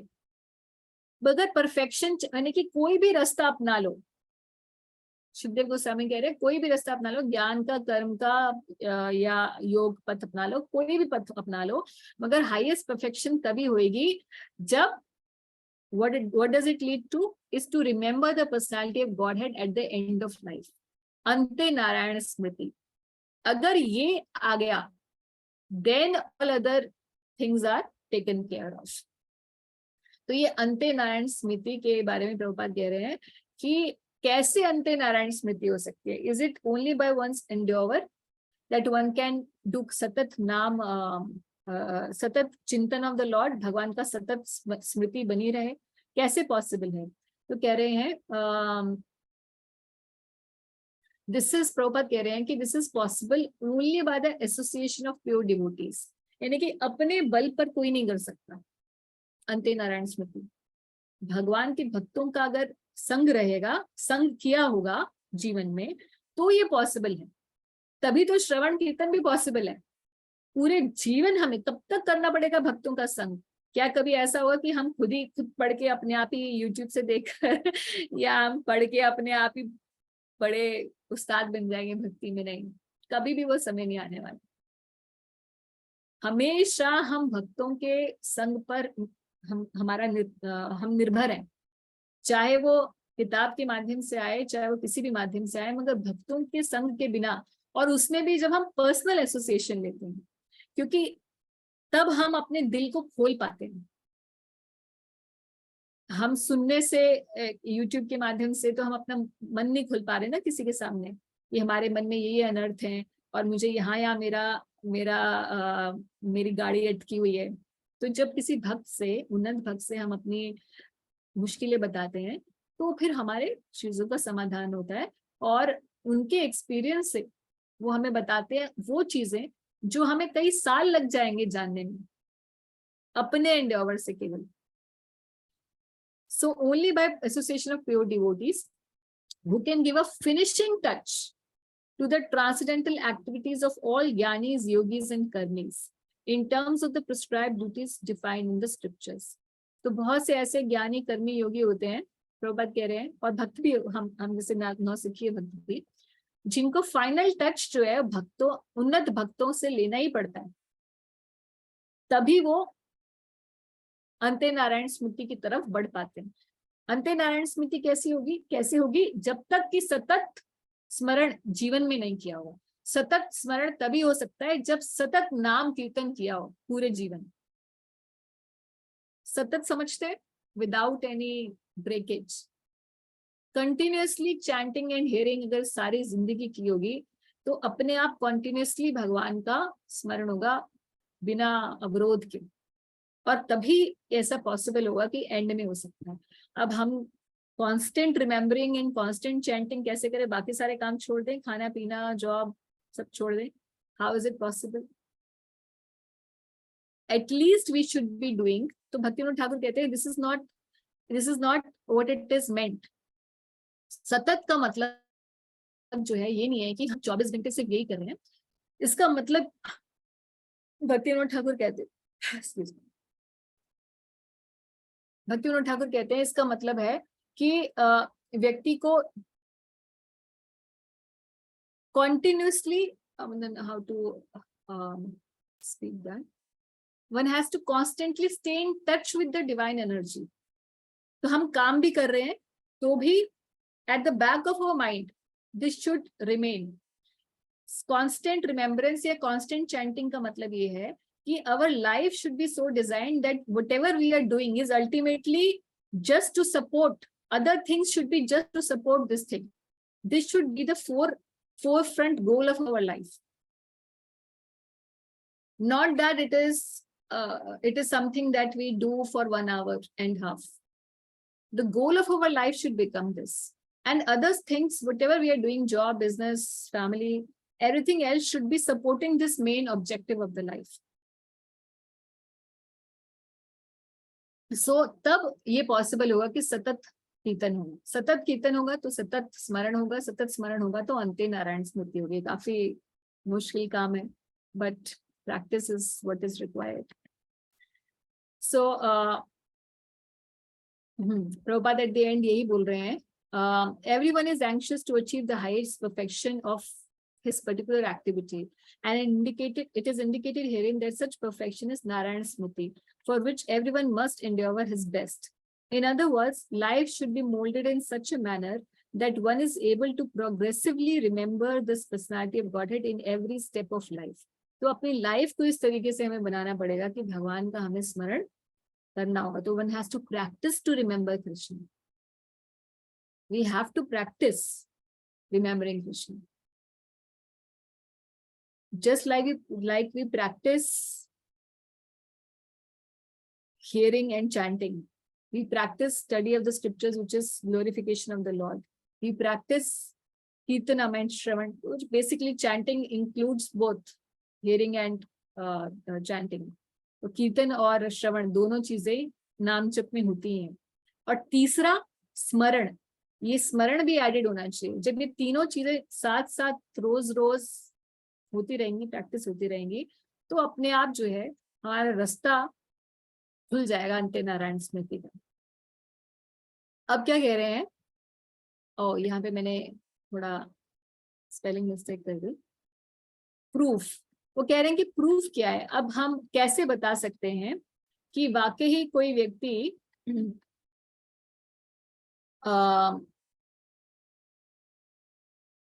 भगवान को रियलाइज कर चुका है कि नहीं कर चुका, कितना पारंगत है, कैसे पता चलेगा? तो अभी पिछले दो श्लोक में उन्होंने बताया कि क्या चीज नहीं करनी है, और 2 श्लोकों में बताया कि क्या चीज करनी है.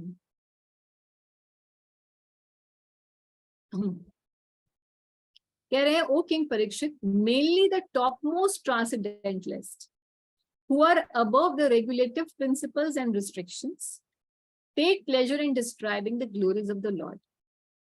So basically योगी, ज्ञानी और ब्रह्मवादी ये लोग कभी भी श्रवणम, कीर्तनम और स्मरणम जो पहले बताया है ना भगवान श्री हरि का, वो पूरी तरीके से नहीं कर पाते, क्योंकि भगवान की कथा करने के लिए जिसका मन भगवान की कथा में रमा हुआ हो, ऐसा व्यक्ति कौन हो सकता है? जो परमहंस हो। परमहंस मतलब जो टॉप मोस्ट ट्रांसेंडेंटलिस्ट हो, who are above regulative principles and restrictions. सभी भक्ति के नियमों से, जो नॉर्मल वैदिक भक्ति के नियम हैं, जो भी प्रिंसिपल्स हैं, उन सबसे जो ऊपर उठ चुका है। ऊपर उठ चुका का मतलब ये नहीं है कि वो उनको मानता नहीं है, वो उनसे ट्रांसेंड हो चुका है, यानी कि he has achieved the purpose for which that particular regulation was required. ऐसा व्यक्ति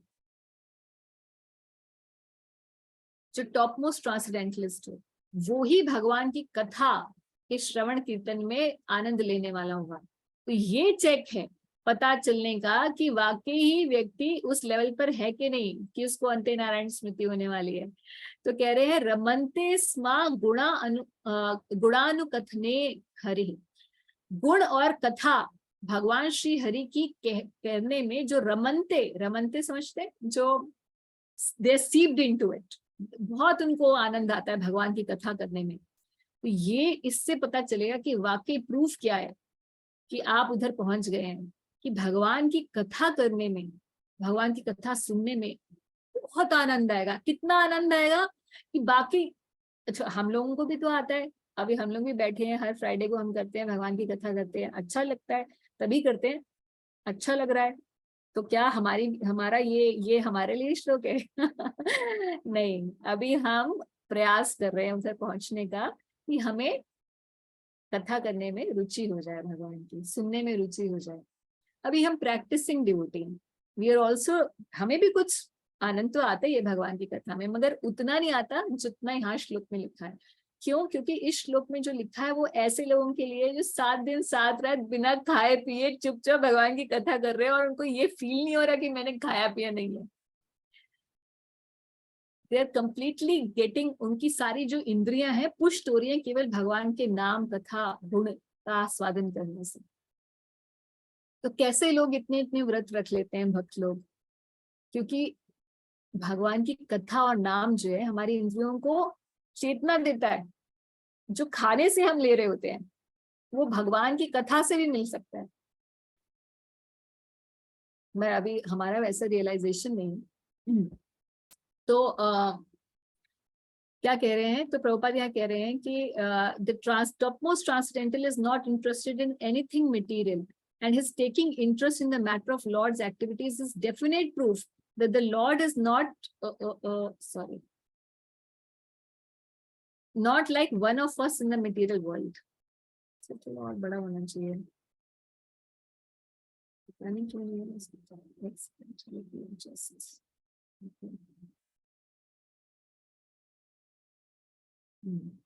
Sorry.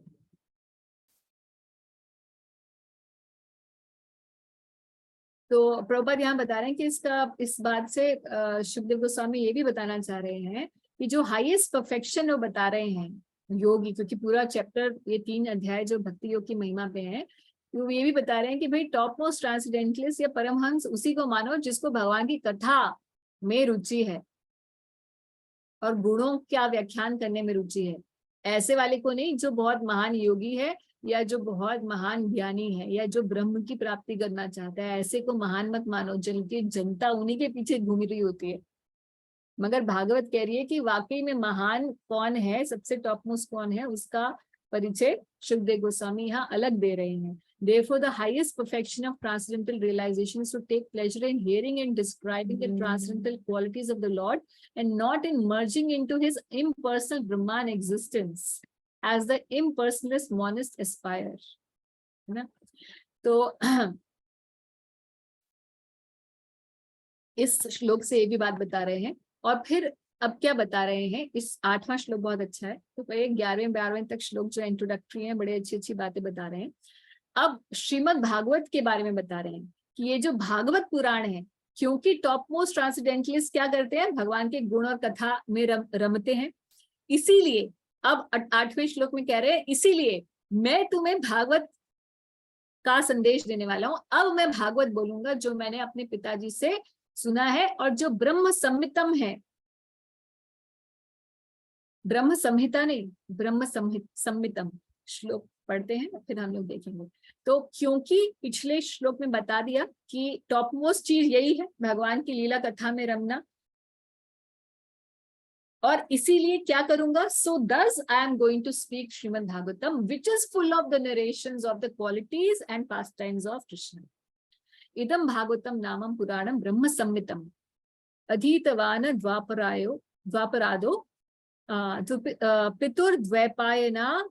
द्वैपायनात् अहम, जो मेरे पिता द्वैपायन व्यास जी ने अहम मुझे दिया था, वो मैं तुम्हें कहूंगा कब, जो द्वापर के समय दिया था। और भागवत नाम का ये जो पुराण है, इदम भागवतम नामम पुराणम, ये मैं तुमसे कहूंगा। तो ये कैसा है, ब्रह्म संहितम। ब्रह्म संहितम का मतलब है ब्रह्म से सम्मित। सम्मित शब्द का मतलब होता है something which is in tune with, या फिर जिसको हम बोलते हैं ना हिंदी में सहमति कहते हैं, जो सहमत है ना। तो we are same on the same level. हाँ, English and Hindi same. हाँ, तो सम्मित मतलब which is same as ब्रह्म। ब्रह्म का मतलब यहाँ पे वेद है, तो जो वेदों के पैरेलल है, which is actually basically a supplementary explanation of the Vedas, which is equally at par with the Vedas. तो वो मैं भागवत पुराण अब आपको बताने जा रहा हूँ। क्यों बताने जा रहा हूँ, पिछले श्लोक में पहले ही बता दिया। At the end of Dwapar Yuga, I studied this great supplement of Vedic literature of the name Srimad Bhagavatam, which is equal to all the Vedas, from my father Srila Dwapayan Vyasadeva. Okay. Prabhupada यहाँ पर इस चीज को बता रहे हैं कि जैसे शुकदेव गोस्वामी परीक्षित महाराज को उनके प्रश्नों के उत्तर में बता रहे हैं भागवत, और खुद ही श्रीमद् भागवत के वो पारंगत हैं, क्योंकि व्यासदेव जी से सुना है और गुरु परंपरा में सुना है।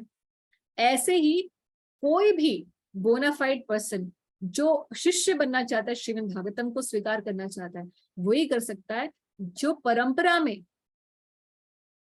भागवत को प्राप्त करे किसी वैष्णव के द्वारा। तो Bhagavat is not just a book. Of course we can see the text, but this text will only be realized in the heart of the person who has seva bhav towards Krishna and towards the Vaishnavas. जिसके हृदय में सेवा भाव नहीं उदय हो गया, वो केवल एकेडमिकली पढ़ सकता है श्रीमद् भागवतम को, अप्रिशिएट कर सकता है, मगर वो भागवत उसके हृदय में फलित नहीं होगी, वो ज्ञान फलित नहीं होगा। तो Shrimad Bhagavatam for that matter, Prabhupada कह रहे हैं, for that matter any other scientific literature, scientific मतलब Vedic literature, cannot be studied at home by one's own intellectual capacity. Oh, हम तो यही सोचते थे कि हम बड़े इंटेलिजेंट हैं, हम खुद ही भागवत पढ़ लेंगे। तो प्रभुपाद कह रहे हैं मेडिकल बुक्स में भी ऐसा नहीं होता। अगर आप सिर्फ पढ़ लो किताबें और वहां जाओ सर्जरी करने, तो आपको क्वालिफाइड प्रैक्टिशनर तो कोई मानेगा नहीं। उसी तरीके से कह रहे हैं, same way similarly Srimad Bhagavatam, the postgraduate study of the science of Godhead. Postgraduate study. So what was a graduate study? The graduate study was Srimad Bhagavad Gita. तो भगवद गीता पहले पढ़ी, उसके बाद भागवत, जो पोस्ट ग्रेजुएट स्टडी है, can only be learned by studying at the feet of a realized soul like Srila Vyasadeva. तो हमें गुरु परंपरा के द्वारा हम प्रभुपाद जी से हम पढ़ रहे हैं श्रीमद् भागवतम, क्योंकि केवल श्लोक पढ़ने से तो इतनी हमारी इंटेलिजेंस है ही नहीं, हमें ये पर्पट पढ़ने के बाद भी, उसके बाद भी सप्लीमेंट्री चीजें पढ़नी पड़ती है to understand the purport also. तो जो भी हैं भक्तों के द्वारा जो ये लिखी कमेंट्रीज हैं, वैष्णवों के द्वारा जो ये प्राप्त है ये ज्ञान, और प्रभुपाद जी के अनुगत्य में, अपने गुरुओं के अनुगत्य में हम लोग पढ़ रहे हैं, इसीलिए हम इसको देख पा रहे हैं कि इसका इफेक्ट हमारे हृदय में नहीं है। It is only by following the गुरु परंपरा। तो कह रहे हैं जो व्यास देव जी के जैसा जो प्रतिनिधि है, जो प्रभुपाद जी कह रहे हैं कि जो व्यास देव जी जैसा ही रियलाइज सोल है, अगर उनसे हम पढ़ेंगे तभी हमें भागवत का मर्म समझ में आ पाएगा। तो ये प्रथा रही है कि गुरु के द्वारा भागवत सुनी जाए, गुरुओं से भागवत सुनी जाए। जैसे हम प्रभुपाद जी से सुन रहे हैं, या इवन श्री चैतन्य महाप्रभु भी जब भागवत सुनते थे तो टोटा गोपीनाथ मंदिर में जाकर गदाधर पंडित से सुनते थे। और कैसे सुनते थे? ऐसे बताते थे, गदाधर पंडित की जो भागवत थी उसके पन्ने गल गए, क्योंकि जब वो सुनाते थे तो अश्रुधारा बहती रहती थी। उनके अश्रुओं से उस भागवत के जो पन्ने थे उस पे जो लिखा हुआ था स्याही मिट गई। इतने भावपूर्ण भागवत सुनाते थे। रूप रघुनाथ गोस्वामी जो है वो रघुनाथ भट्ट गोस्वामी से, रघुनाथ भट्ट गोस्वामी भागवत पढ़ने में और भागवत सुनाने में एकदम पारंगत थे। हर एक श्लोक को 5-5, 6-6 तरीके से सुनाते थे। तो रूप गोस्वामी, रूप सनातन गोस्वामी हमेशा उनसे सुनते थे कि हे रघुनाथ भट्ट, आपसे ज्यादा कोई भी भागवत अच्छे से नहीं सुनाता। तो हम देखते हैं कि ये परंपरा रही है इस प्रकार से। तो although Sukhdev Goswami was a liberated soul from the very day of his birth, he still had to take lesson of Srimad Bhagavatam from his own great father Vyasadeva. तो भले ही कोई लिबरेटेड सोल भी क्यों ना हो, सुखदेव गोस्वामी जैसा, बचपन से, जन्म से ही कोई भी जो है महाभागवत भी क्यों ना हो, उसे किसी और महाभागवत से जाकर उसके चरणों में बैठकर ही भागवत प्राप्त करनी पड़ेगी। ये तरीका है कि ज्ञान जो है ये ऐसा ज्ञान नहीं है जो बस एनी अदर नॉलेज। ये सेवन मुख जो व्यक्ति होता है, जिसके हृदय में भगवान की सेवा और भक्तों की सेवा का भाव होता है, उसके हृदय में ज्ञान फलित हो पाता है। तो श्री चैतन्य महाप्रभु का बता रहे हैं कि महाप्रभु ने भी ऐसे इंस्ट्रक्शन दी थी एक ब्राह्मण को। क्या दी थी? कि study Shrimad Bhagavatam from a personal Bhagavatam. तो 2 प्रकार के भागवत होते हैं, ये हमने फर्स्ट कैंटो में पढ़ा था। एक बुक भागवतम जो हमारे सामने है, और एक पर्सन भागवत। पर्सन भागवत मतलब व्यक्ति भागवत। तो क्या कहा था महाप्रभु ने कि भागवत सुनी तुम्हें भागवत स्थाने। भागवत सुनने जा रहे हो तो किससे सुनना? किसी भागवत के स्थान पर जाकर। भागवत मतलब भागवत व्यक्ति के स्थान पर जाओ और उससे भागवत सुनो। तो Shrimad Bhagavatam is basically based on the transcendental name, form, attribute, pastime, outrage and variegatedness of the Supreme Person. And it is also spoken by the incarnation of the personality of Godhead, Srila Vyasadeva. तो भगवान के बारे में ही है, बोली भी यानी कि कंपाइल भी किसने की है? श्रील व्यासदेव भगवान ने ही की है। इसलिए कोई ये ऑर्डिनरी ग्रंथ नहीं है। तो इसीलिए बता रहे हैं कि मैं आपको ये अब भागवत का ज्ञान देने वाला हूँ। क्यों? क्योंकि भगवान की कथा और गुणों से भरपूर है, और जो टॉप मोस्ट लोग होते हैं, टॉप मोस्ट ट्रांसेंडेंटलिस्ट हैं, अध्यात्मवादी हैं, उनके लिए ये सब्जेक्ट मैटर है। तो इसीलिए हम देखते हैं यहाँ पे, तो हम प्रभुपाद जी ने हर चैप्टर के एंड में लिखा होता है कि thus ends the भक्ति वेदांत purport to canto this is। अगर हम गीता प्रेस या और बाकी जो परंपरागत हमें प्राप्त होते हैं उनसे हम पढ़ेंगे तो उसमें लिखा होता है ओम तत्सदिति श्रीमद् महाभागवत पुराणे परमहंस संहितायाम, है ना।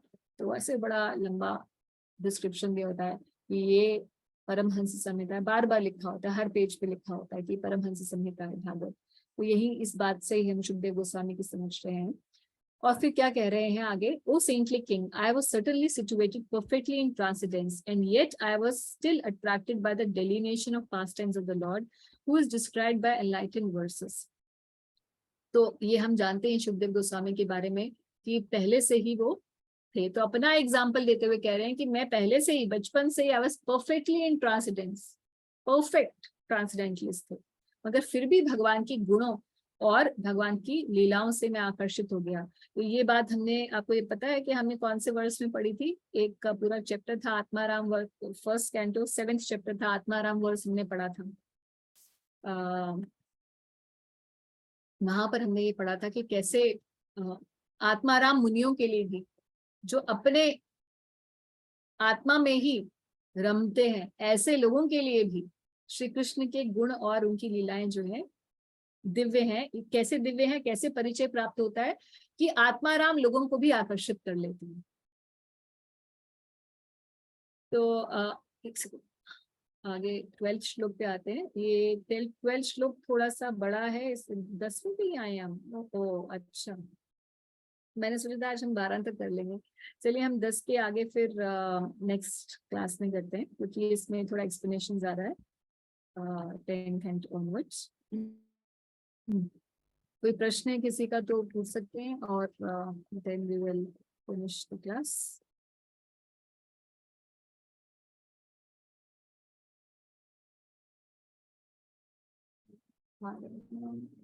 धारणा चाहिए, धारणा शर्मा।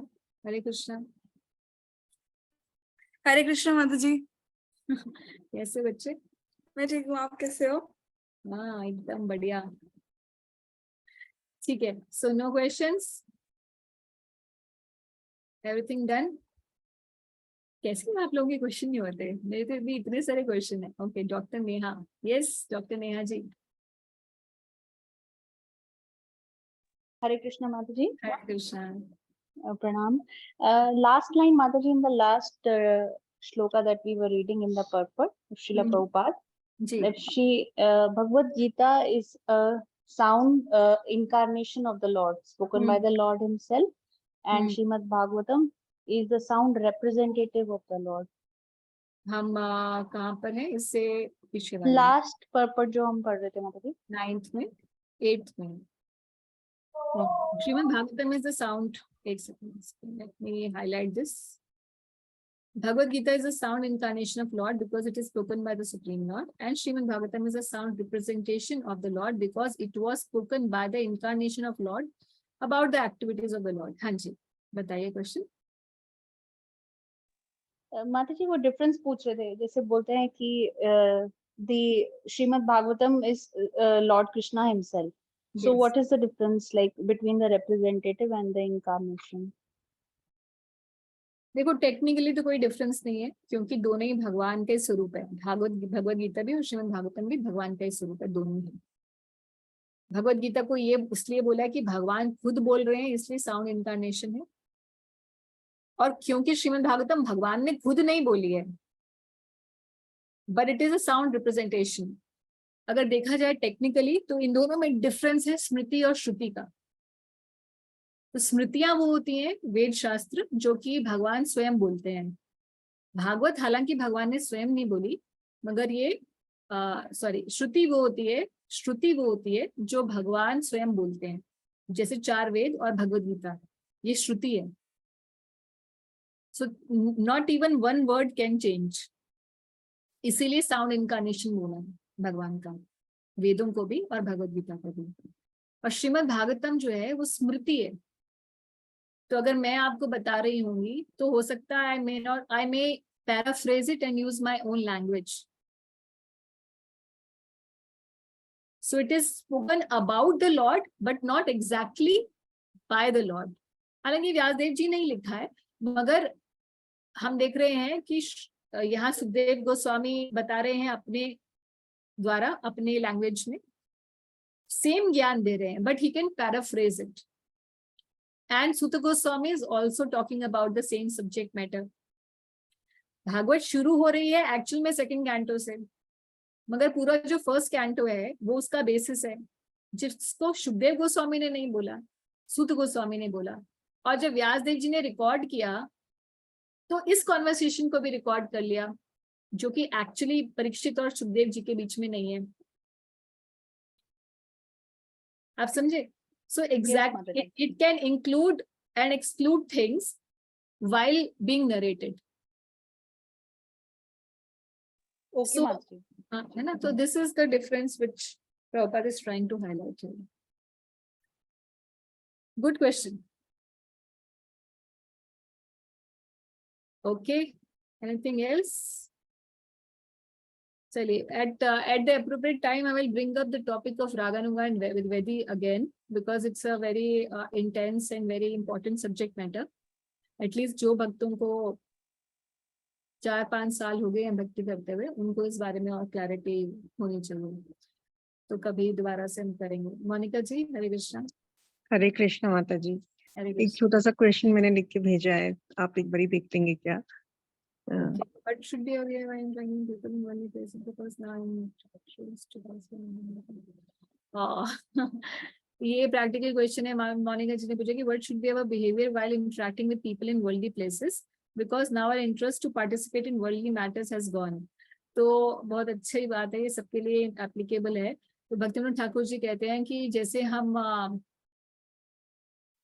किसी ऐसे व्यक्ति से डील करते हैं ना, जब सब्जी वेंडर से डील करते हैं, तो हम उससे डील करते हैं मगर हमारा कोई उनसे लगाव नहीं होता। हम जाते हैं अपना बिजनेस, ये कितने का है, हम खरीदते हैं, उसको पैसे देते हैं और आ जाते हैं। उसी तरीके से हमारा होना चाहिए। We can't avoid dealing with people in the worldly places, even they may be at our home also. So we have to do the externals, but we should not have internal attachment to them. Of course, practical application will differ between person to person and situation to situation, but the guiding principle can be this. So ideally, I normally carry my counter whenever we are supposed to go for social gatherings. And आप अपना chanting हम करते रहते हैं मन में. But you know, the expectation to participate is a lot from the other's end. And you don't want to participate, then they really feel you're a recluse or you're avoiding them. तो उसमें तो हम कुछ नहीं कर सकते, दूसरा क्या सोच रहा है हमारे बारे में तो. Of course we can't do that. और धीरे धीरे लोगों का perception change हो जाता है. What you can do is that जो proper subject matter हो, जो आपको लगे कि हाँ इस चीज के ऊपर बात की जा सकती है, you can talk. But जहाँ ओछी बातें हो रही हैं, आपको लग रहा है कि उससे आपकी चित्तवृत्ति खराब हो रही है, वो आप छोड़ सकते हैं। मतलब just be silent on those things.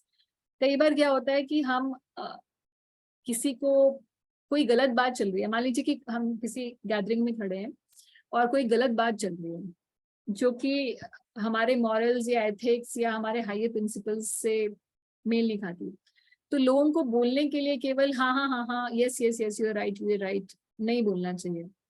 We should not take, कोई पक्ष मत लो, जस्ट रिमेन साइलेंट। और अगर आपसे ही पूछा जाए तो आप बोलते हैं yes this can be one view, the other view can be this, you know, something like this. So आपने मुंह पर हम उनको उल्टा भी नहीं बोल सकते लोगों को, but at the same time we can present some other finer. And जो लोग intellectual होते हैं, पढ़े लिखे होते हैं, they understand, may not understand you fully, but they will understand that she also has her own opinion and a wise opinion about things. They may not understand you spiritually or transcendently, your situation, what is in your mind, but if you sound logical and intellectual, they will appreciate your opinions. So depending on situation, people, then you interact like that. हर चीज के ऊपर ठहाका लगाना और ये वो, मतलब that's not required. So let people also understand that you have your own temperament and everybody changes. Everybody, दुनिया में बहुत सारे लोग होते हैं, कुछ होते हैं जो वैसे ही चुपचाप रहते हैं, हम तो भक्ति में आ गए तो बात अलग है। वैसे ही लोग होते हैं जो चुपचाप रहते हैं, वो ज्यादा लोगों से बात नहीं करते हैं, तो हमारा तो नेचर ही ऐसा है, से बाकी भी बहुत लोगों का होता है। So people slowly they and then there would be some relationships in which you would be bound to participate. If that is the case, then you choose and pick. आप एक ही चीज हर जगह नहीं अप्लाई हो सकती। So depending on situation and persons, you make your own choices. But keep the principle कि जो भक्त है उन्हीं से मेरा अटैचमेंट हो, उन्हीं से मैं अपना दिल खोलूं। अगर हम अपना दिल खोलेंगे ऐसे लोगों से जो कि भक्त नहीं होंगे, तो वो अंडरस्टैंड नहीं कर पाएंगे हमारी सिचुएशंस को, अप्रिशिएट ही नहीं करेंगे। जैसे हम दिल खोलेंगे तो बोलेंगे अरे कहाँ तुम पड़ गई इस सब चीजों में, सीधा भक्ति से आपको दूर ले जाएंगे। So other external formal relationships can be kept. Okay. बहुत बहुत धन्यवाद माता जी, आभार. Okay. Hare Krishna Mataji. Mataji, I was on the same lines. I was listening to one lecture in Vrindavan Dham, and the Maharaj was saying exactly the same thing. We have to associate with non-devotees at very superficial level. We don't have to open up our heart or interact with them. We have to very superficial level, and so that we don't get influenced by them in any way. So, and with devotees, yes, we have to open up with the heart, and depending on devotees and devotees, so we have to only with devotees we can do that, not with we have to be very careful. Yes, इसमें जो उपदेशामृत है ना, जिसमें 6 things which increase our bhakti and 6 things which decrease our bhakti, उसमें से एक association with worldly minded people भी है. तो ये जो 6 चीजें होंगी, जो 6 चीजें वर्धन करती है भक्ति की और 6 चीजें नीचे लेकर आती हैं भक्ति में, तो 12 चीजें हो गई. तो इन 12 चीजों के ऊपर 12 एसेस लिखे हैं श्रील भक्ति विनोद ठाकुर ने, फर्दर डिटेल करने के लिए ऑन एवरी एस्पेक्ट. उसी में से मैंने ये आंसर दिया है जो आपको आंसर दिया है. तो जो डिवोटीज इंटरेस्टेड हो, आई थिंक अगर मुझे मिल जाएगा तो पीडीएफ भेज दूंगी मैं ग्रुप में, तो आप पढ़ सकते हैं. थोड़ी सी 300-400 पेज की बुक है. वैसे भक्ति शास्त्री जब हम करते हैं तो उसमें ये रिकमेंडेड बुक लिस्ट में होती है उपदेशामृत के साथ. I am forgetting the name now. Anybody who remembers the name?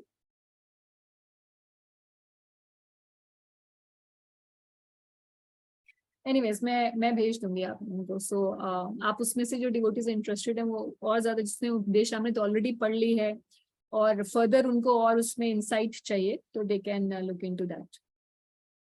Okay, तो नितिन प्रभु आपका हैंड रेज है क्या? Yes, Mataji. I wanted to ask Mataji, this word Ramante was there in Bhagavad Gita also? Ramante. We just heard this word in Bhagavatam. Ramante yoginam anante. This is a famous shloka. रमन्ते शब्द ही होगा कहीं पर. रमन्ते तुष्यन्ति च रमन्ति च, ये है ना भगवद गीता में. Okay. तुष्यन्ति च रमन्ति, कि जो मेरे भक्त हैं वो आपस में मेरी कथाएं करते हैं और उससे उनको बहुत आनंद मिलता है. तुष्यन्ति, तुष्ट हो जाते हैं, और रमन्ति च, बहुत आनंदित होते हैं. Okay. Right, chapter. This is in चतुश्लोकी Bhagavad Gita. 10.8, 9, 10, 11. 8, 12, yes. Yeah. Right, Mataji. Okay. And Mataji, how was your experience with meeting that person there? Actually मैं नहीं मिली थी, वो छोटी बच्ची थी. तो हम लोग my husband and 2 other people went for an interview with her. But वो बेचारी छोटी बच्ची थी, तो she got very scared seeing so many people actually. तो वो बहुत चुप हो गई, कुछ बोला ही नहीं उसने. फिर finally उसके first day तो उसने कुछ नहीं बोला. तो उसके so basically we're talking about one reincarnation case about a small girl in Udaipur. She remembers her past. तो उसको हम उदयपुर में हम नाथ जी के दर्शन के बाद वही करने गए थे. So that's what Prabhuji is asking. The second day, then हमने हमारे साथ काफी सारे बच्चे थे, मतलब my daughter and then there was another family जिनके बच्चे थे. तो हमने सोचा बच्चों को बिल्कुल उसके पास नहीं भेजेंगे, क्योंकि then there won't be any seriousness. She'll just keep playing and she won't talk anything. और उल्टा ही हो गया, because she got really scared seeing elder people. And next day, then she was introduced to all the children, given toffee and doll and everything. Then she opened up a bit. But still, it requires a lot of meetings. Further meetings are required. Okay, Mataji. But it's a confirmed case, so it was nice. And उसको दिखाई picture अपने पिछले जन्म की. तो उससे पूछा आप ये कौन है, तो कहती मैं हूँ. ये तो नहीं, आप तो ये हो, आपका तो ये नाम है जो उसका नाम है अभी. कहती हाँ, अगर मैं यही हूँ, मैं ये भी हूँ. और फिर उसने कई चीजें अपने मतलब बताई कि how she died, she got burned. हाँ, किचन में उसका हो गया था. तो उसको याद है, और कुछ एपिसोड्स अपनी लाइफ के, उसको ससुराल याद नहीं है अपना कुछ भी. but she remembers her childhood till marriage wala time. अच्छा, हाँ, इंटरेस्टिंग। वैसे वाला। और उसका पता भी ऐसे चला था कि of course she was always, 2.5 साल की थी तभी से बोलने लग गई थी अपने पेरेंट्स की, मेरे पेरेंट्स यहाँ है, मुझे वहां लेके जाओ, तुम लोग मेरे पेरेंट्स नहीं हो, तुम्हारा घर तो इतना गंदा है, क्योंकि now she is born in a little let's say financially underprivileged, and she was from a good family, like financially, and she was like, yeah, तुम्हारा घर गंदा है, and because she was from a Brahmin family, now not in a Brahmin family, so she Okay. has this habit. बचपन से ही उसके mother बता रहे थे कि 2.5-3 साल की थी तब से सिर्फ सफाई करती रहती थी घर में, कि गंद बिखेरो, साफ रखो, because Brahminical tendencies are there. So even we understood that tendencies like habits also are passing from previous lives. Not just that हम जनरली सोचते हैं कि हमारी हैबिट्स जो है हमारे बचपन में माँ बाप ने जो बनाई है वही हो जाती है ना, जनरल ऐसे सोचा जाता है, but they are also being carried forward from हमारा कैरी फॉरवर्ड बैलेंस, पुराना बैलेंस शीट भी चल रहा है। So many good things. अभी देखते हैं how it goes. Further inquiries are required. Right माताजी। ठीक है Nitin Prabhu. Thank you Alright. माताजी। हरे कृष्णा, श्रील प्रभुपाद की जय, श्रीमद् भागवतम की जय। Hare Krishna, Shri Prabhupada.